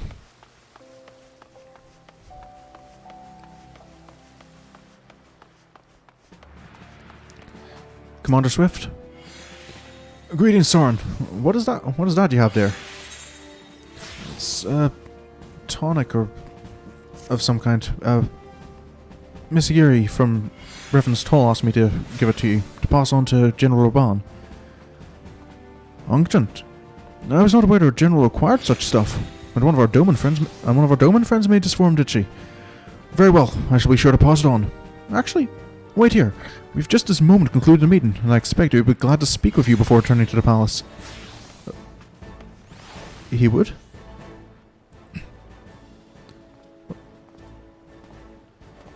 General? How are you doing? So, Commander Swift tells me you came all this way to deliver unguent. Well, a bit, sir. Kind of just... Daily, she says. Well, perhaps it is best to be prudent. The gods alone know why you agreed to deliver it for her, though. Unless you mean to favour me with that rematch I requested. Not quite this time, sir. I'm just... retracing steps.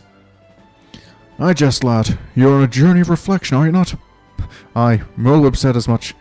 And now you want to relive the moment you pulled me from the pit Ilberd left me to interrot. It shames me to think of it, that I was so blind to his hatred. Lolorito tells me it was not always so, that Ilberd admitted to him he once believed that I would return to Alamigo at the head of an army. But years passed and I did nothing. For all my accomplishments, for all my wealth, power, and influence, I did naught to better the plight of my people. Not for lack of trying, but Milbert didn't know. He thought the bull of Alamigo had grown fat and complacent, that my story set a bad example for our countrymen. Forget your homeland and chase the Uldan dream. A fine, impossible dream, which gave men the strength to endure their hardships and try to make new lives for themselves here. So the dream had to die. He would kill me, stir up the disillusioned, arm them at the monetarist's expense, and then...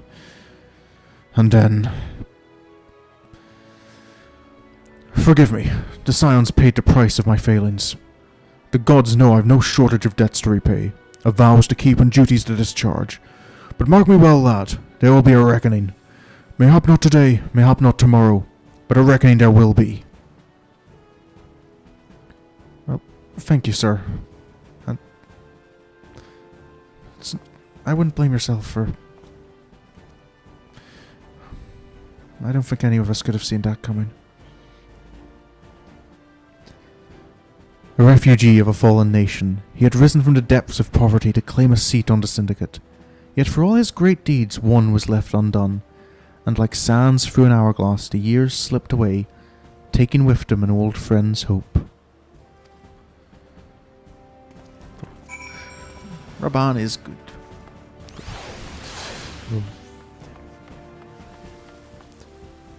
I'm kind of going through this and like getting your things kind of getting me excited to start moving on towards Stormblood next week.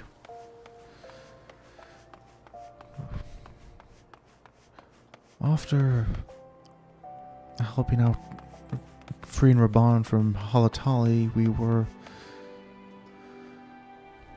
that was when we started looking for Izel, or Iceheart as we still knew her then.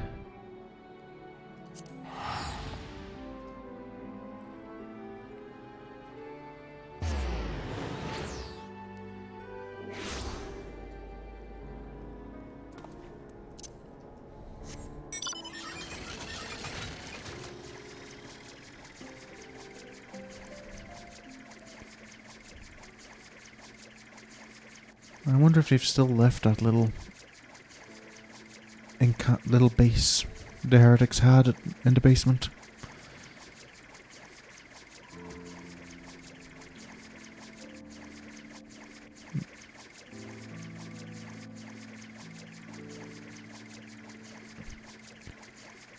I thought R toggled auto move, not.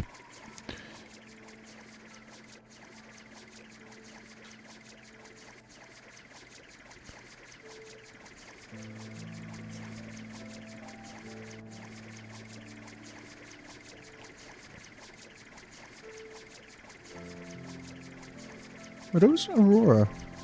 Or are those just clouds in the north?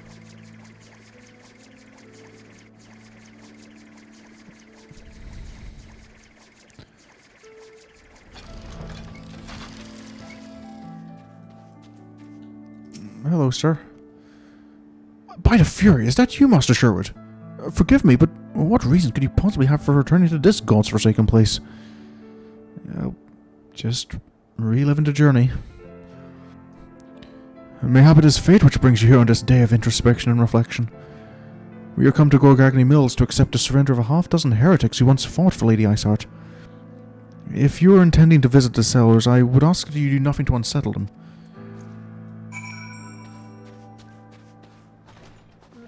There's... I suppose... just because of everything that happened... I don't know what happened to most of the heretics who are still left.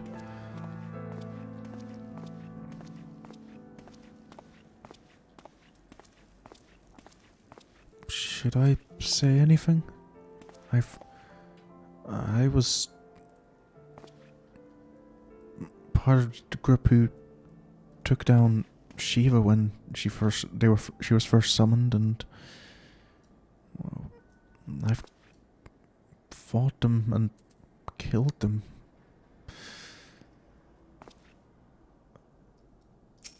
Hello. Wait, I know you.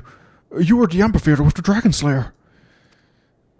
Yeah, I suppose we owe you an apology. When you came to us seeking to parley, we were sure it was a scheme to lure out Our Lady. We were sure about a lot of things. There were things we didn't know as well, sir. I wouldn't worry too much about it. I think we're both in the wrong on this one. When she first shared her revelation, when she told us that she was not Saint Shiva reborn, we assumed it was a test. For had we not prayed for salvation? Had she not descended to deliver us from evil? She replied that our prayers were but fuel for a fever dream, a construct born of desperation and denial. She was no savior, she said. But when we marched upon Ishgard regardless, she pulled us from the brink of oblivion and implored us to find another way. And here we are, ready to lay down our arms at last. It's time. She considered you a friend. Had things been different, mayhap we could have been friends too. Farewell. Farewell. Forsaken by gods and men, they found salvation in a revelation. They would take up arms against their own kind to set ancient wrongs to right, cut out Ishgard's festering heart, and the war would be over. This they knew, believed with all their being, until their savior told them their efforts would be for naught.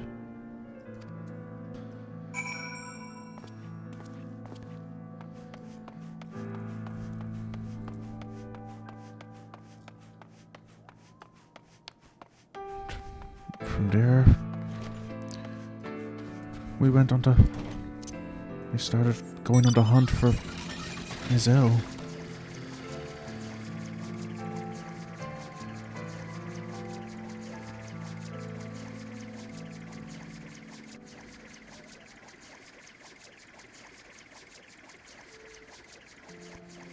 Discovered a new location?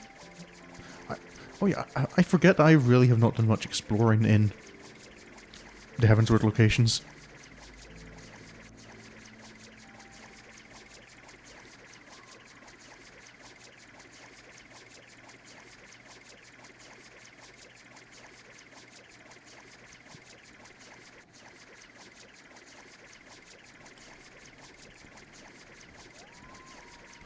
Victory.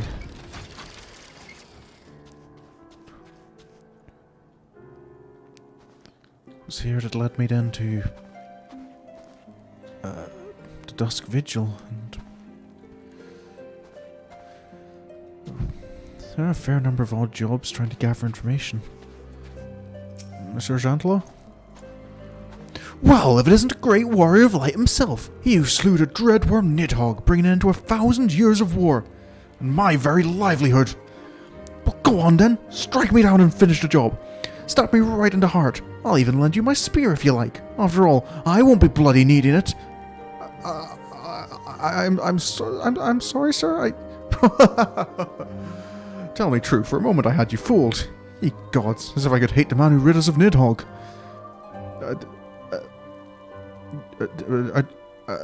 A joke, sir? Right, of course. Sorry, for a moment I was concerned that might be a genuine issue. Oh, lest you worry, that business about me losing my livelihood couldn't have been further from the truth. In point of fact, peace is proving surprisingly lucrative. As our nation's ties for Race Relga's brood have grown stronger, and our interest in Dravani have begun to expand, we've seen a marked increase in the number of travellers on the road. Needless to say, said travellers require protection, which we are only too happy to provide. Granted, such work will not earn you a lordship like slaying a dragon might, but it pays well and is far less prone to end in incineration, which seems a reasonable enough compromise, all things considered. As long as there are wars to fight, there will be those who take up arms, not out of hatred or even a sense of duty, but for want of better employment. When presented with an alternative, such individuals may gladly trade their swords for scythes, or failing that, pledge them to a more worthy cause.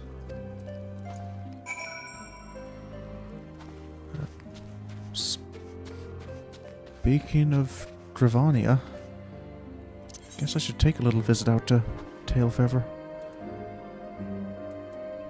First, there's one other place along the way.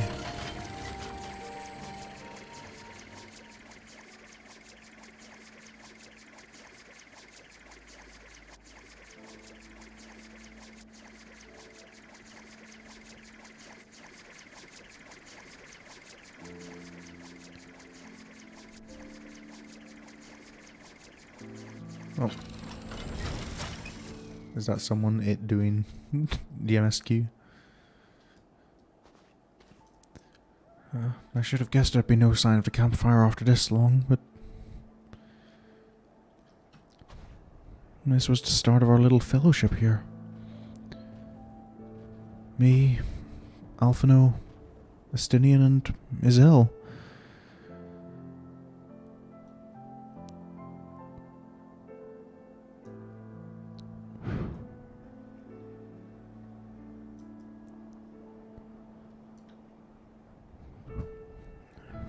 I wish that journey could have ended a different way. A better way.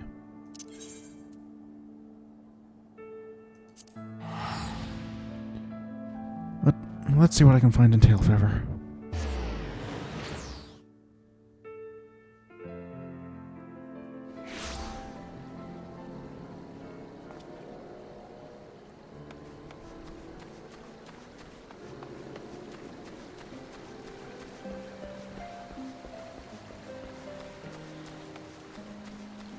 I'll check in with Marschamp.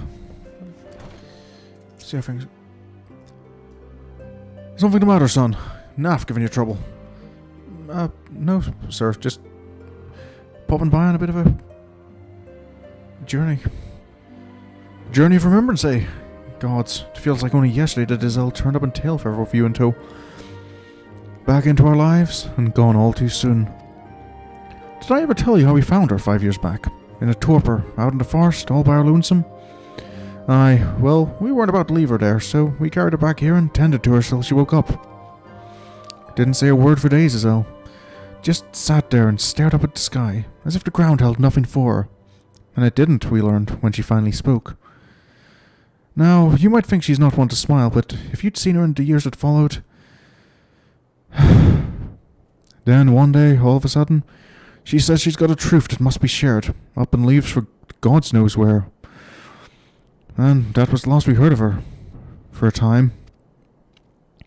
Redemption's not beyond us, friends. Come and hear the truth. Come and hear the Lady Iceheart speak. And they did, from far and wide. Or so the story went.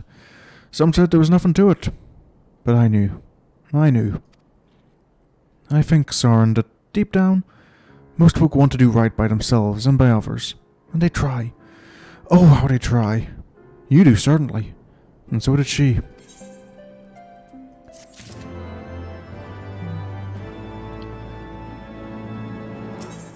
That she did, sir. Apologies. You came here to think on your own memories, not listen to mine. I take it to Noffer next. Right then. If we're to do this properly, you'll need to gather up your incentives. Same as before. In case you've forgotten, that's a basket of fresh Kalem tree fruit, a good-sized jar of Lantrap nectar, and a dirty great cartload of young Nanka flesh. Come on, lad. Surely you can't be that bloody daft. You're more than welcome in their village already. Safe travels. Right, yeah, I was a little... It's been a while since I've stopped by. I thought maybe I might actually need to give them a little gift. Okay. I'll take his word on it that I am still welcome, that...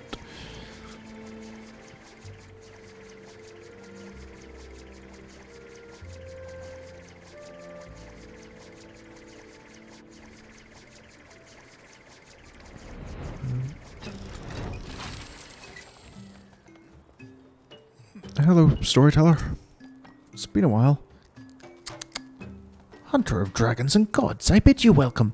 What would you ask of me this day? I'm not really asking questions, just passing by, remembering things. once we would have had no conception of what you speak. The one mind does not forget, but we do. It can be most distressing. To remember is not enough. One must strain and give words to memory, and inscribe words upon parchment. This is the chronicler's calling.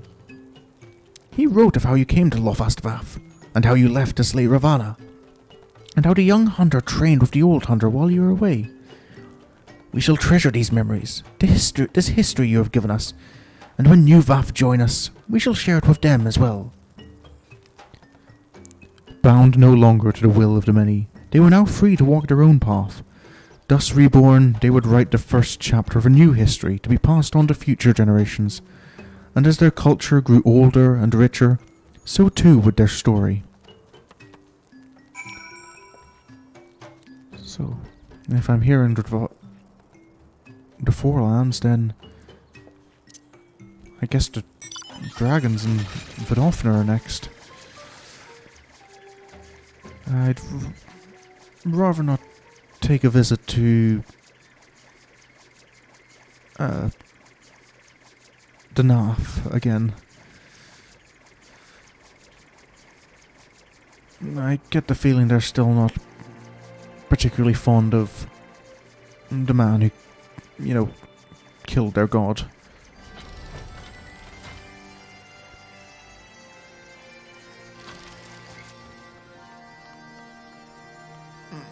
Vidofner? Friend of Azys, warrior of warriors, thou art ever welcome in Anak's shrine. What bringeth thee to us this day? A journey of remembrance, ma'am. There is much wisdom to be gained from looking to the past, to walk half-remembered paths and mark anew their twists and turns. We too do this, though not through pilgrimage, nor less the written word beloved of thy historians. In song do we preserve the deeds of our lost, and chronicle the passing of the ages. Naught hath greater power to stir our hearts. 'Twas a dirge of profoundest sadness that roused Nidhogg's brood to action, a dirge which soundeth no more. Now a new song riseth to fill the void, one of hope rekindled, of war's end and peace's rebirth. I shall sing of thee in Ysel ever after, that all may know and remember.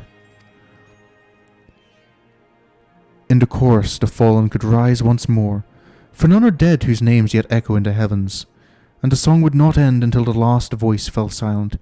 Heroes and villains, sinners and saints, all would live again. Oh, thank you for your time, ma'am. From here it was Somal. And the Muggles, I guess.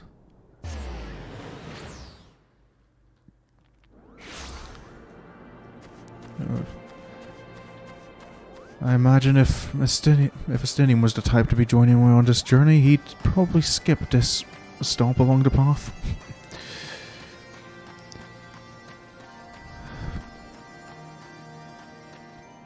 Zell would definitely have come along, though.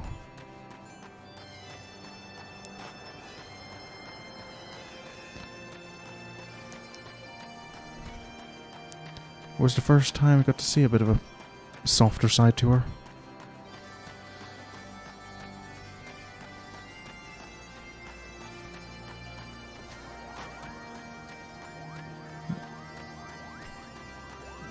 Chief Moglin? Nope. Oh, cutscene time. Well, yanked my palm and called me a molepat. I certainly wasn't expecting to see you today. Still calling yourself Sorin? Not that there's anything wrong with that, Kupo. Anyway, what are you doing here? On a journey of remembrance, Chieftain. Thank heavens for that. I was sure you were going to ask for help with yet another one of your exciting quests. But by all means, we'd love to pass the time reminiscing about the good old days. And when better than now, Kupo? But what if your friends visiting and all? Wait here and I'll fetch them. Wait, my friends are visiting? Which friends? Seats here. Full glad am I to see you again, Sorin, and in Mogholm of all places. Kupopo, it really is you, and just when we were about to leave. Oh, hello again, Kuplakop. I think it wonderful, this pilgrimage of yours.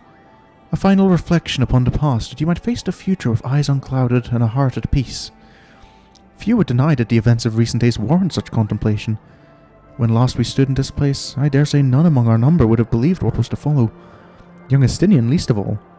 Upon learning what befell him in Azys Llya, I confess I thought him lost.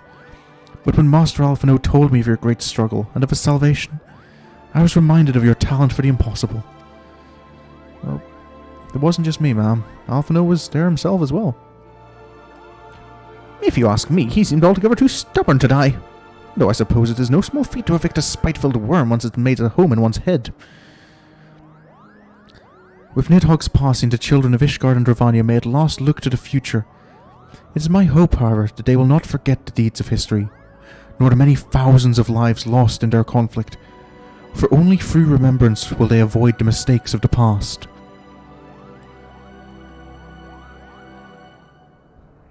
Yeah, we ended the war, but we didn't stop it. We thank you again for your hospitality, Chieftain Moglin, and pray that you will one day allow us to extend you the same courtesy. I wish you well on your journey, Sorin. May you ever walk in the light of the crystal. Until we meet again, Kupo.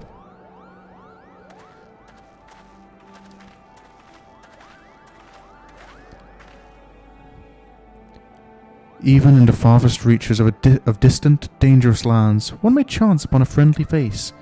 Though given to mischief and largely unconcerned by the troubles of the outside world, they came to understand Ishgard's plight and agreed to lend their aid. Eventually, that is. Thank you for your time, Moglin.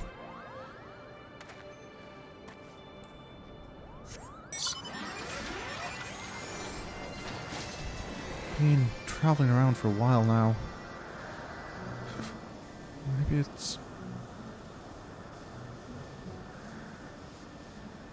Actually, I know the perfect thing to do to rest up.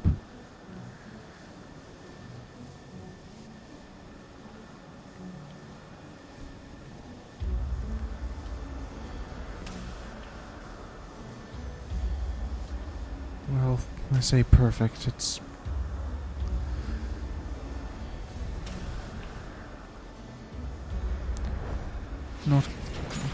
Not going to be quite the same alone.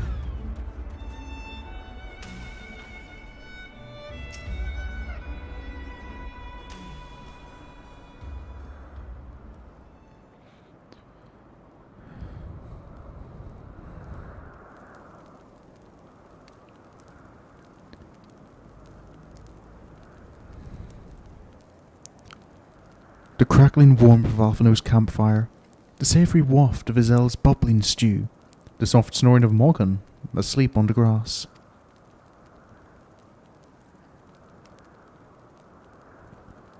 A cold wind blew that night as well, and on the morrow they mounted the steps and blew the horn. But having climbed to the summit with hope in their hearts, they descended dejected, weighed down by truths too grim to contemplate. I think that's one of the advantages of the starting in Gridania as well, because don't you get to meet Kuplakop earlier on in Gridanian 1, if I remember correctly?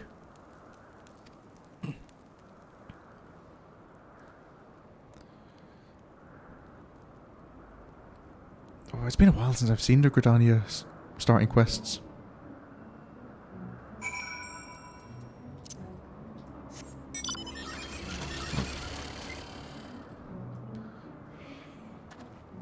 We returned from Ishgard after that to... That was when we got the news about... Nanamo. Oh yeah, he does appear in the intro itself, doesn't he? But I know he's kind of... He actually appears in some of the later quests, doesn't he? Isn't there like someone stealing... Is it like chocobo eggs?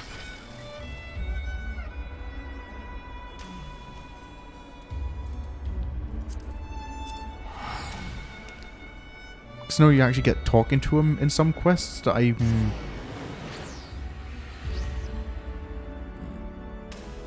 Yeah, I know he's involved in the King Moggle quest. What? But I think there's parts of the like Gridania tutorial quests around Bent Branch Meadow. I can't check with Sorin because Sorin hasn't done those quests. I don't know.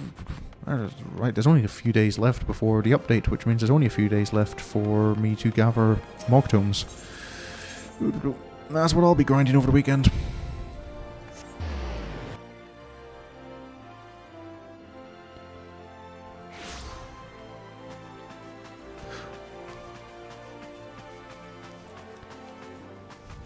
I wonder how Lady Nanamo is doing at the moment. I haven't really seen much of her since... Well, I've seen her a couple of times at Melee for...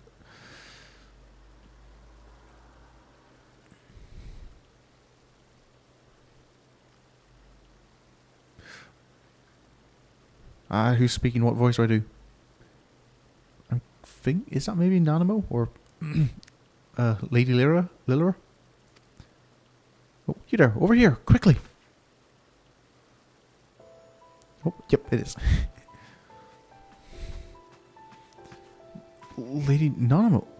I should have known you would see through my disguise, but enough talk. We cannot linger here, lest the guards recognize the Sultana. Right,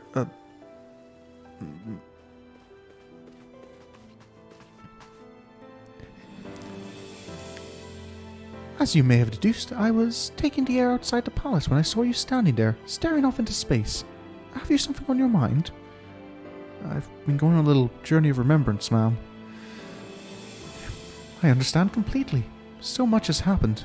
So much has changed. And all in so short a space of time. Even now I struggle to make sense of it all. But one thing at least is abundantly clear. I owe you an immense debt of gratitude for all you have done on my behalf, and on behalf of those whom I hold dear. It's nothing, Your Grace, really. After I awoke, Papa Shan told me everything.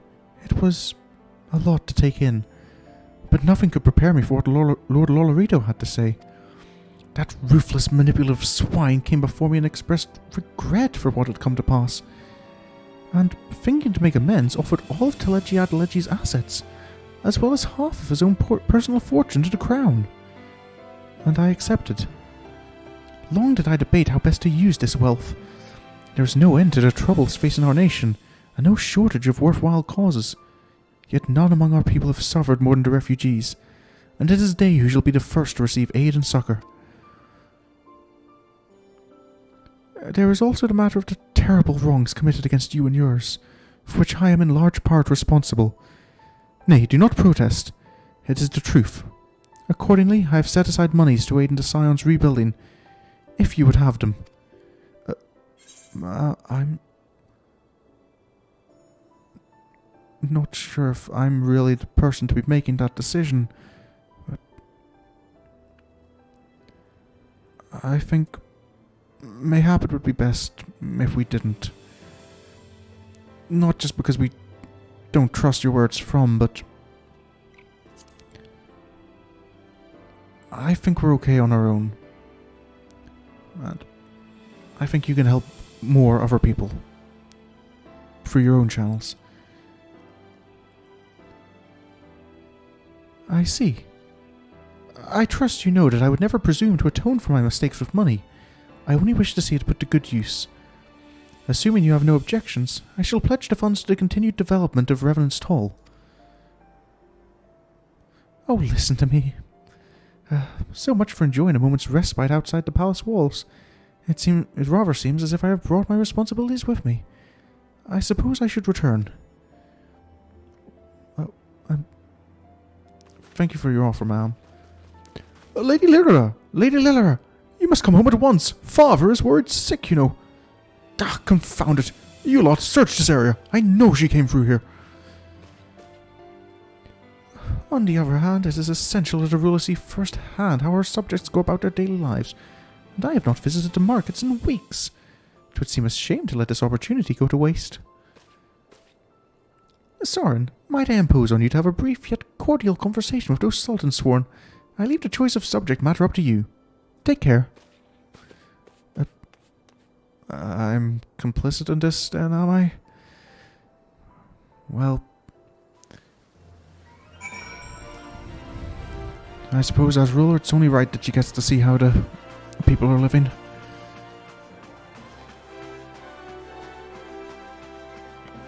Oh, sorry, sir.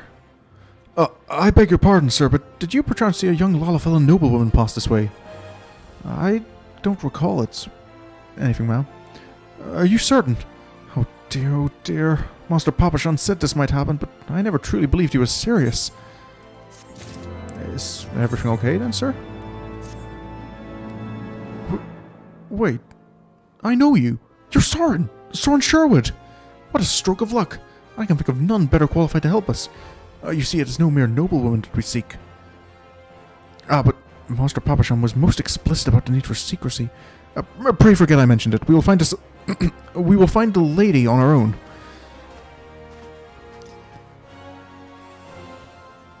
What cruel fate to lose her father as a child and be compelled to rule in his stead. And how the years had tempered her dreams and taught her, sometimes brutally, the price of naivete. Though outwardly unscathed by her ordeal, it was a wiser and more wary Nanamo who reclaimed the throne. Speaking of Reverence Tall, maybe I should check in on the others. I don't want to... Using the term loyalist sounds wrong, but... the Scions and Crystal Braves who... stayed by us. Oh. Alian. There you are, Sorin. Higiri told me of your pilgrimage. I knew it was only a matter of time before you sought me out. You did? Huh? I too have been reflecting on the choices which shaped my path. When I took to the road with my grandfather, when I joined the Crystal Braves, when I tried and failed to warn you before the banquet. I had my suspicion about Wildred's death, that it was the work of a Garlean spy within our ranks, but I could not be sure who was involved, hence my desire to speak with you in private. I thought long and hard about how to approach you without arousing suspicion, mayhap too long. Eventually I decided to arrange a meeting through Mistress Momodi. Little did I know that bastard Laurentius had seen me do it. Shortly thereafter the fourth received urgent summons. Needless to say I had no choice but to answer, and soon found myself at the mercy of Captain Ilbert's band of traitors. They confined me to the Rising Stones, along with others still loyal to the Scions. Riol, Ephemy, Ergmus. Quite what they planned to do with us I couldn't say. Mayhap they thought we would turn, given time. The fools. Lieutenant Yu has a bid deferred to keep us under constant guard, but when Captain Ilbert moved to carry out General Bond's execution, they were forced to withdraw with a token force, which we took by surprise one night. And then it was over. One might argue that it turned out better than it had any right to, all things considered. Still, there are nights when I lie awake wondering, if I'd done things differently, if I'd been more careful or more decisive, what then? But there's naught to be gained from thinking thus. We must count our blessings, must we not? We are still here, and most of what was broken can be rebuilt. You will see, Sorin. You will see.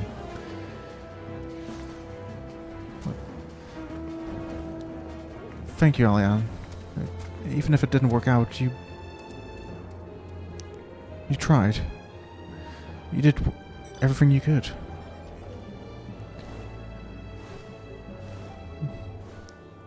And you nearly suffered for it. For the freedom of all. It had begun with an oath and ended with a betrayal, as the conspirators turned on their comrades for coin and country. The good and true were beaten and imprisoned, or else butchered where they stood. But even in their darkest moments, they never stopped believing that the dawn's light would shine again.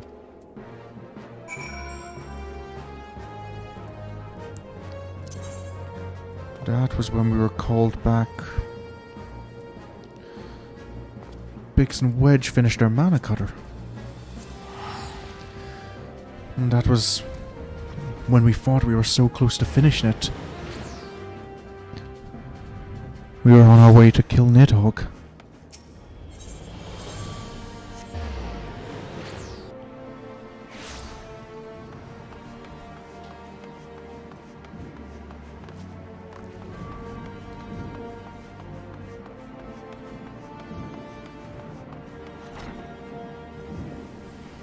Oh, no, I don't want to become a machinist.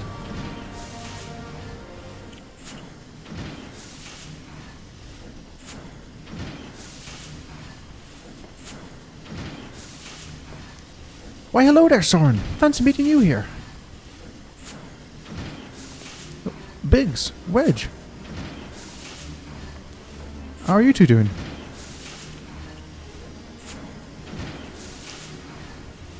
Reminiscing about the glory days, eh? Aye, we spent many a sleepless night hammering away in that corner of ours. How's your mana cutter holding up, by the way? Still flies like a dream, Biggs. Huh, that's good to hear. Not that I had any doubts, like, our craftsmanship's second to none. Quite right. It'll take more than swirling winds and raging dragons to bring her down, and that, my friend, is an ironworks guarantee. Speaking of which, on the back of the field test success, we've gone ahead and licensed the design for mass production. Soon, the Sky Steel manufacturer will be churning out mana cutters by the dozen. Which is why we're here today, as a matter of fact, to make sure the machinists don't bugger anything up. Apparently, adventurers have been queuing up to place an order, and even some sky pirates. Ah, just imagining the sea of clouds teeming with our creations fills me with a father's pride. About that, don't want to alarm you, but there do seem to be some knockoffs going around in the sea of clouds. In the hands of good people, but you know, just thought I'd let you know. You've got competition. Right then, that's enough patting ourselves on the back. We've got to make sure the cutters are up to snuff, or Jessica will never let us hear the end of it. From now till we finish, there'll be no more breaks, distractions, and not one wink of sleep, do you hear me? This sleep is important, Biggs. Oh, hard chocobo.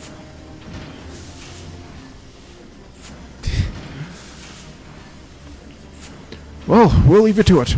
Till next time, eh?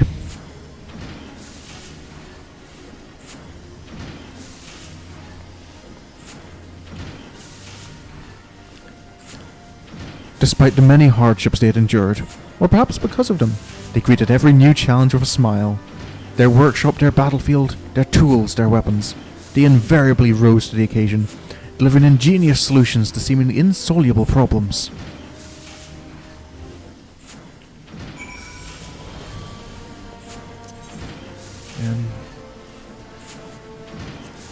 It's the mana cutters that took us to Nidhogg.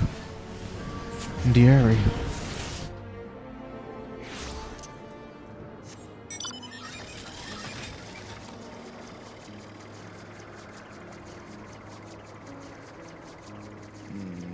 I'm starting to think Mogho might have been closer. Probably a little bit. I forgot how wide the map was.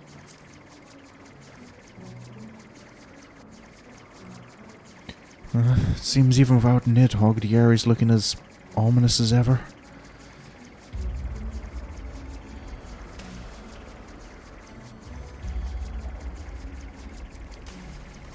I suppose maybe it's for the best that there's always a reminder.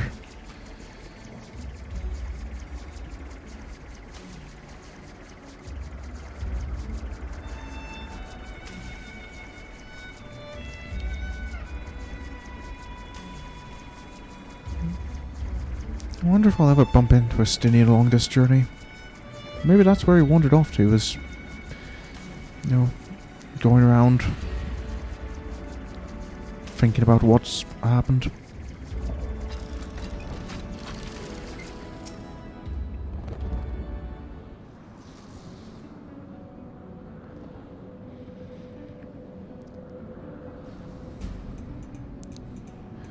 We thought it was over up there.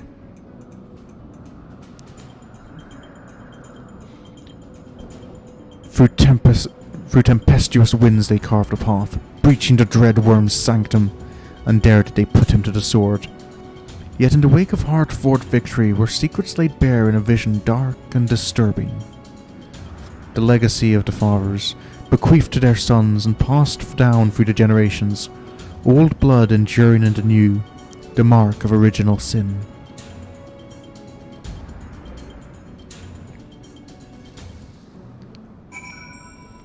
Just the start of the truth coming to light.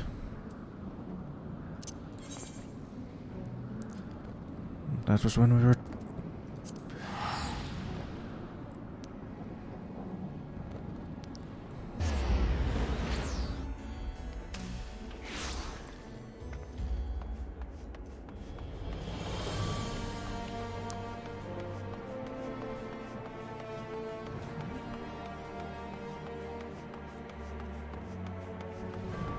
Garland works as the real... Oh. Yeah, not many manufacturing companies can reverse engineer gods.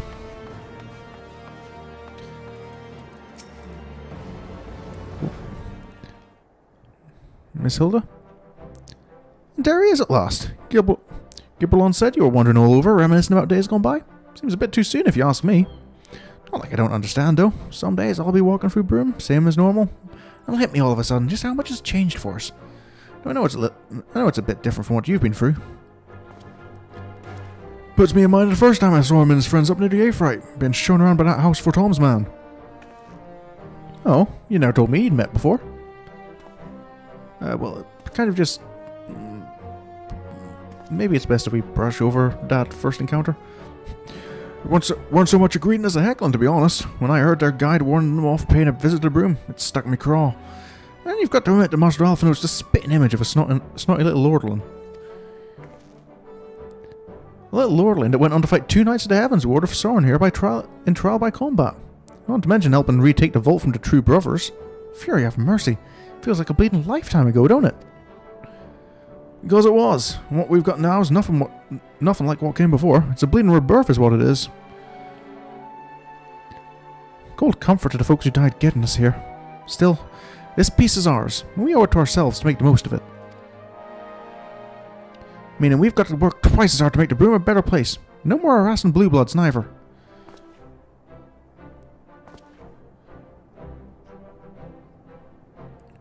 Aye aye! A world apart from the opulence of the pillars, they had toiled, shrouded in the haze of the Broom, sentenced to a life of hardship by birth. They dreamed of revolution as children dream of fairies. Then one came and went, and they suddenly found themselves with a seat at the table.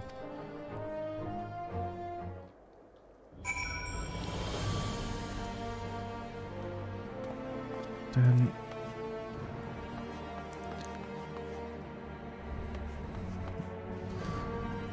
I don't know if I want to pay another visit to the vault. There's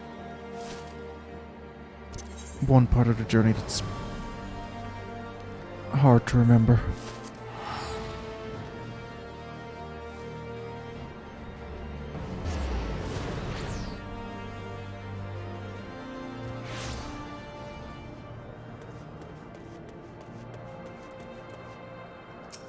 Hello there. Ho! Clouds part and let shine brilliant sun upon Lonuvanu. Great Neverling warrior returns to Okazundu, and on pilgrimage of remembrance. Well, well. Know that we will always be grateful to you for your victory over the ravenous wight. No longer need we fear for the safety of our smallest islands. But Lonuvanu is not one to forget Neverling's first coming, when he's... Yeah, it's... I almost wish the other expansions had quests like this, the kind of... Because getting to the condensed version and remembering everything that happened is... It feels good. Hurts sometimes, but it feels good. But Lonuvanu is not one to forget Neverling's first coming, when he saves us from certain death at the hands of the Black Ones, distant memory though it is. Yes, his many deeds are the stuff of legends. We shall remember the stories in the hero's name, Sorin Sherwood, for they are worthy of celebration now and ever after. An earnest, good-natured people, they had borne witness to the rage of their beloved god's twisted manifestation, and proclaimed it to be false. By the grace of kind travellers were they duly delivered from its wrath, the mad god's death signalling the birth of a new hero.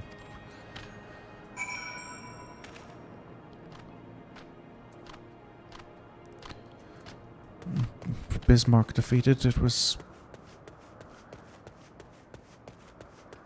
trying to find ways to...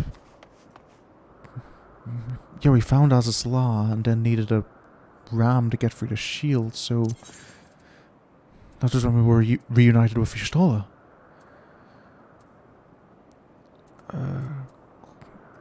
Gridania.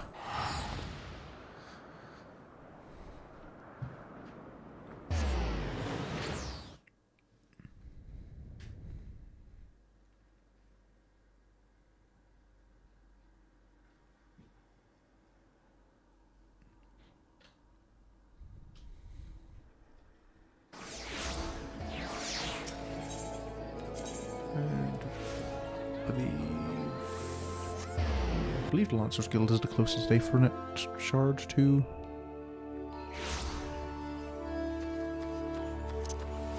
Upkalu Falls.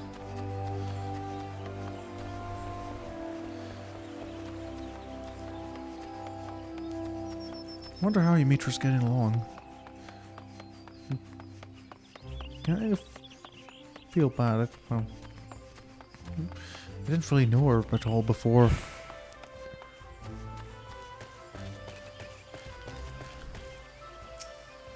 Hello again.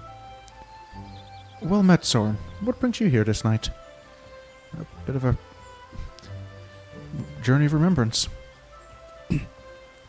Indeed. Though it seems an age, it was not all that long ago that we rescued Y'shtola from the life stream. How quickly we begin to forget even those memories most precious to us. In my defense, I might add that I have rarely missed an opportunity to make new memories with my sister in the days since her return. Our conversations are largely on matters of scientific and professional concern, ancient Allegan technologies, primals, Asians, and so forth, as she has an insatiable thirst for knowledge, as you know. Yet, while I understand her desire not to burden those around her with her troubles, and to carry on as she did before, I do worry that her willingness to manipulate her own Aether to compensate for the loss of her sight may have dire repercussions. It's that bad? She never told you then? But of course not. It would rather have defeated the purpose. You should know that the technique she employs places a tremendous strain on her body. She is of course well aware of her limits, and more than willing to ignore them should she deem it necessary. I pray you see that she does not. I'll do my best to look out for her, Ymitra. You can count on it. Regrettably, she is wont to ignore my advice when it does not suit her. Yet, given your shared experience, mayhap she will be more willing to heed your warnings. Her sister was under no illusions as to the danger of the life she had chosen. Should the worst come to worst, Y'shtola would do what needed to be done. Pay any price, make any sacrifice, and that without hesitation. She was a woman of conviction, deserving of respect and admiration, and no small amount of worry.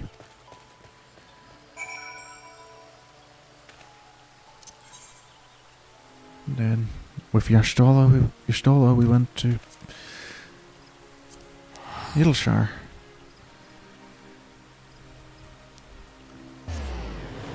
To New Charlian.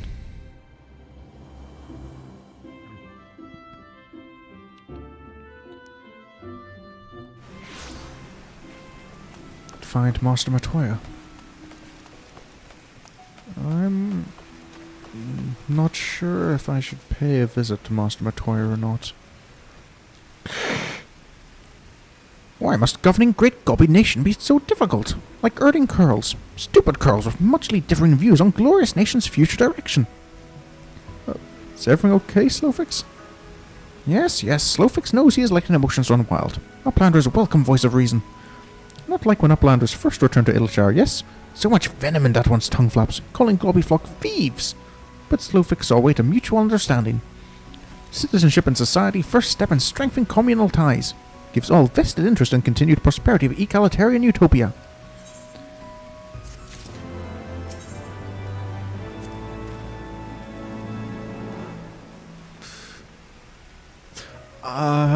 Sorry, I see that and I immediately, I remember what the final objective of this quest is.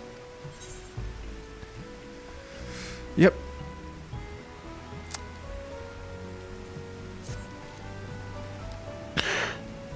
And now Slowfix speaks Uplander fulfill civic duty as citizen of Eorzea with hand linen of great import. In cave south of settlement lives old crone, wielder of powerful magics used to craftily make frogmen to chase away curious gobbies. Uplander has made many busy deals for old crone, yes? Then Uplander can appeal to crone's better nature and make her call off frogman harriers. I guess that means I am visiting Master Matoya. Well, I guess as a citizen of Eorzea, this is my civic duty. Let's put the Malachar back on. Make use of bigs and wedges. Flying machine.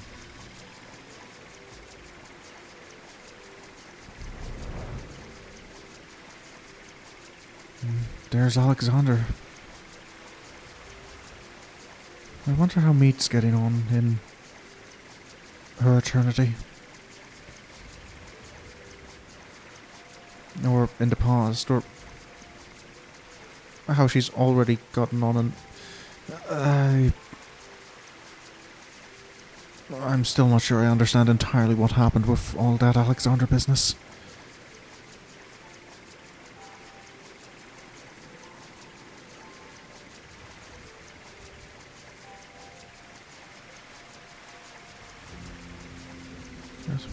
I do hope that story we heard was... It was them, that they do find a way out in the past, and...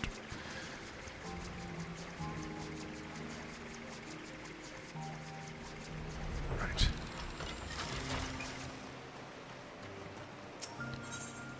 Right. Hopefully Master Matoya is not in the middle of anything, and I'm not interrupting her, or... Let's just hope. Master Matoya?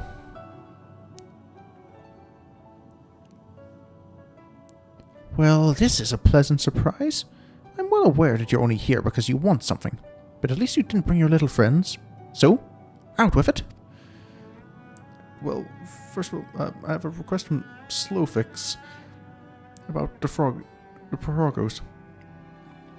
Oh, is that what the goblins told you? That my servants were attacking their poor defenseless scouts without the slightest provocation? Ha! The little buggers were trying to eat them!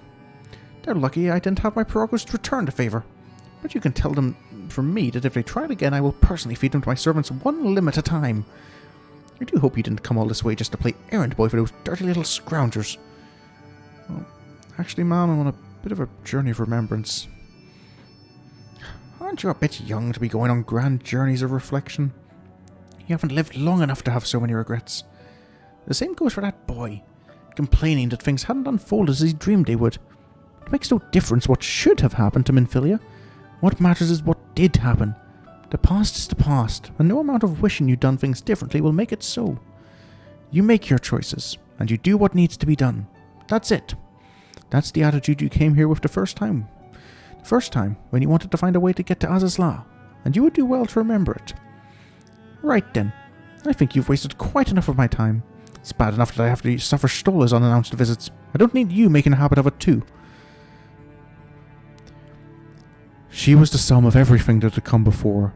Triumphs, failures, all essential, all indispensable. Had things unfolded differently, so too had she. What use then to mourn the woman who never was? There was only this time, this place, this choice.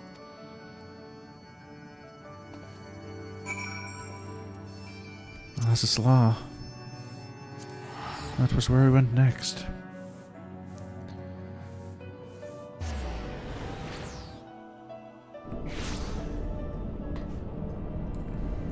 Where we lost Azys.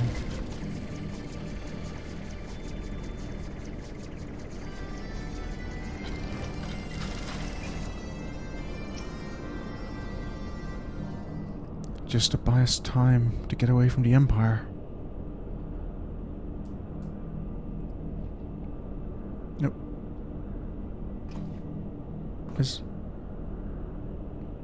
Is there something over there?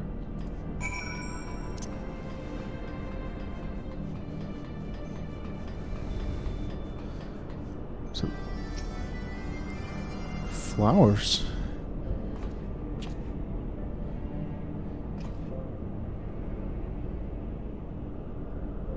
Nemean lilies.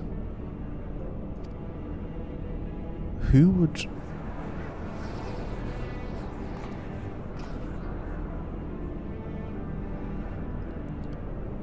A thousand fires blossomed around her as she fell towards the battleship, a crimson star shower amidst the impassive clouds.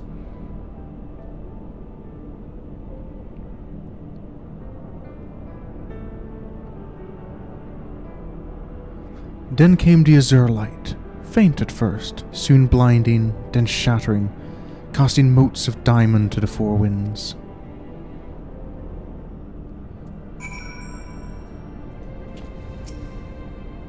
For those we have lost.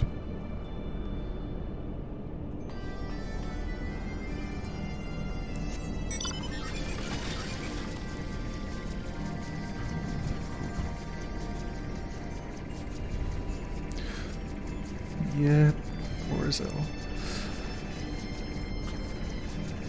I know Sorin isn't smart enough to put it together because he hasn't seen the out of character cutscenes. But I appreciate as well that it's Estinian who left him, and it's one of the first things he did after getting out of hospital.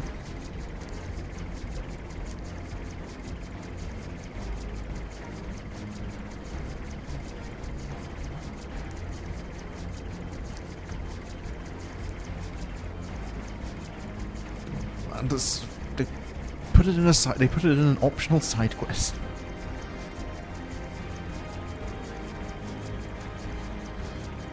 The explanation to why he's got a bouquet of flowers at the end of Heavensward. Hello.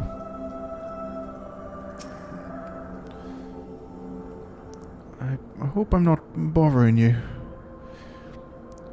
Child of man, chosen of Hydaelyn, naught remaineth for thee here save the delusions of the condemned.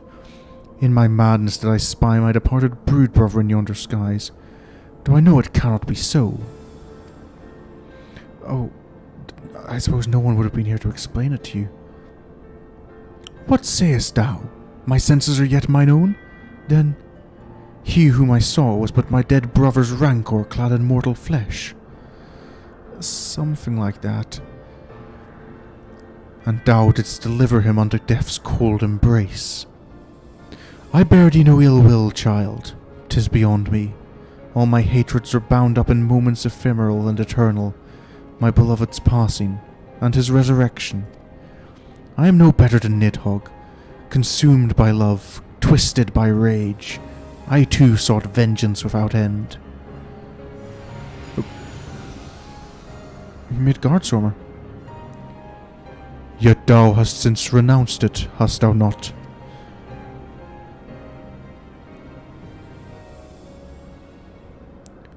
Through millennia have I watched as time did that which I could not, as the men of Allag perished and their works fell to ruin, leaving me to think on mine own sins and solitude.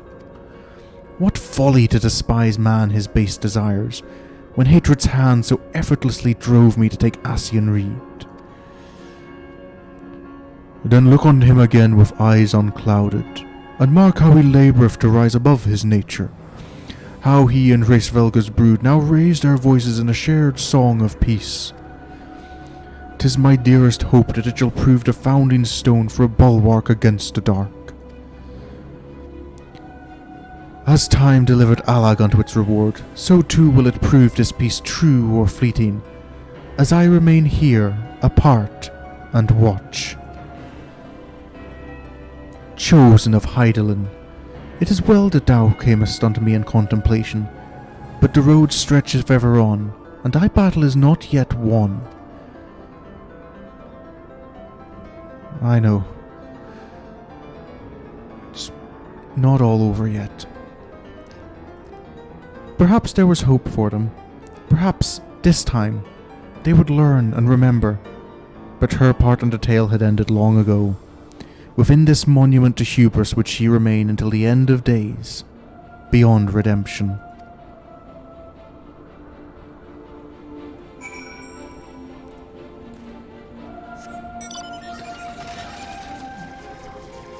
I've been there a few times recently, but there's always been other things to think about. I guess this time it's time to think about what happened. Also, it's nice to be able to look. I'm just able to appreciate it at the moment, like looking over at YouTube and seeing that having it on the ultra low latency setting makes such a difference. It's only like 1 or 2 seconds behind now, rather than the 30 or 40 seconds it was behind before.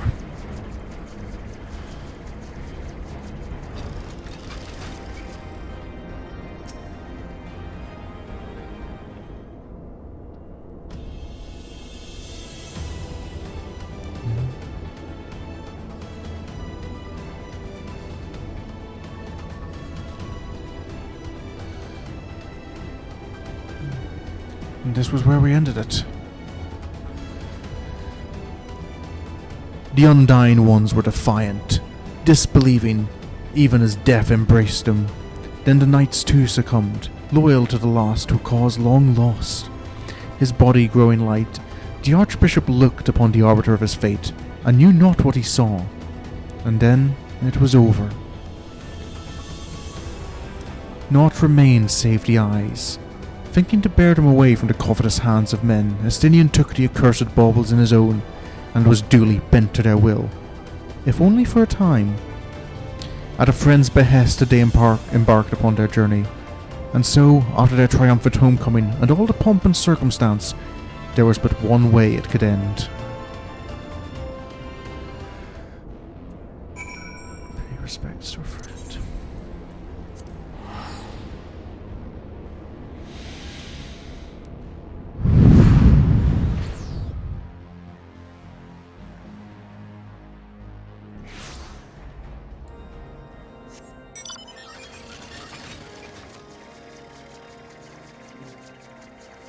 There it is, indeed.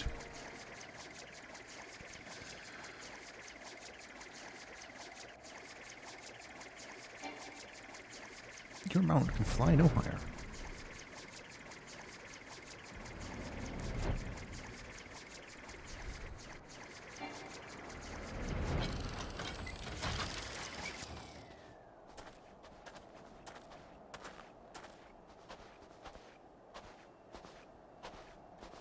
This always hurts me.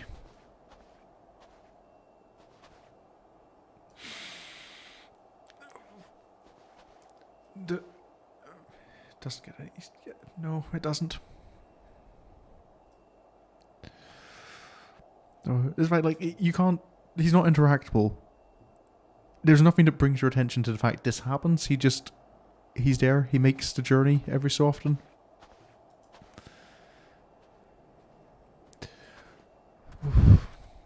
Reminding you of how you first met Orshvan.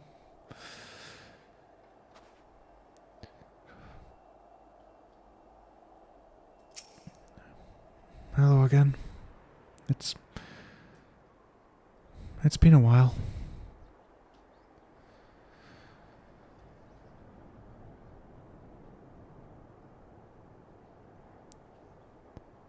I hope you're doing well, wherever you are.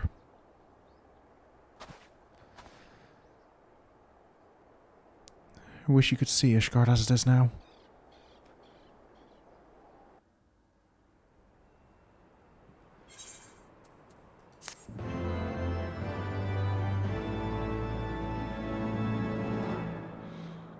You have learned the Orshvan emote. Is the title for that one worth having? Does that match Sorin? Oh, you don't get a title for it. Well, yeah, it would be quite nice if they had them. I guess you get a little bit of one in the MSQ for Shadowbringers, where kind of before you go... maybe shouldn't say so, but it's part of the MSQ instead, and it's not as detailed.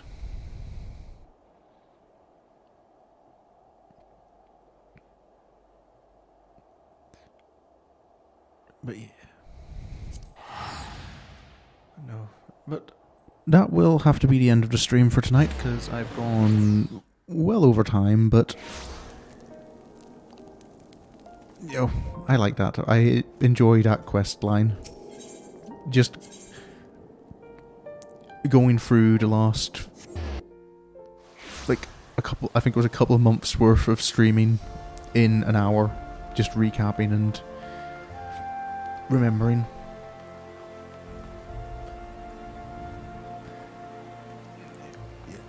Yeah, the one Shadowbring, it's not as detailed, but it's kind of there.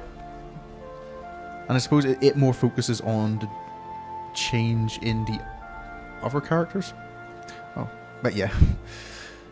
I'll be heading on. We'll be back tomorrow with Amnesia. Getting back into that. And then on Monday, I will be starting doing a new game on Monday. And possibly Tuesday as well. I haven't quite decided yet, but definitely Monday. And then Wednesday, it's back to the MSQ with Sorin and pressing on to Stormblood, which I am looking quite forward to. But until then, thanks for stopping by. I hope you've enjoyed, and I'll see you in the next stream. Until then, goodbye.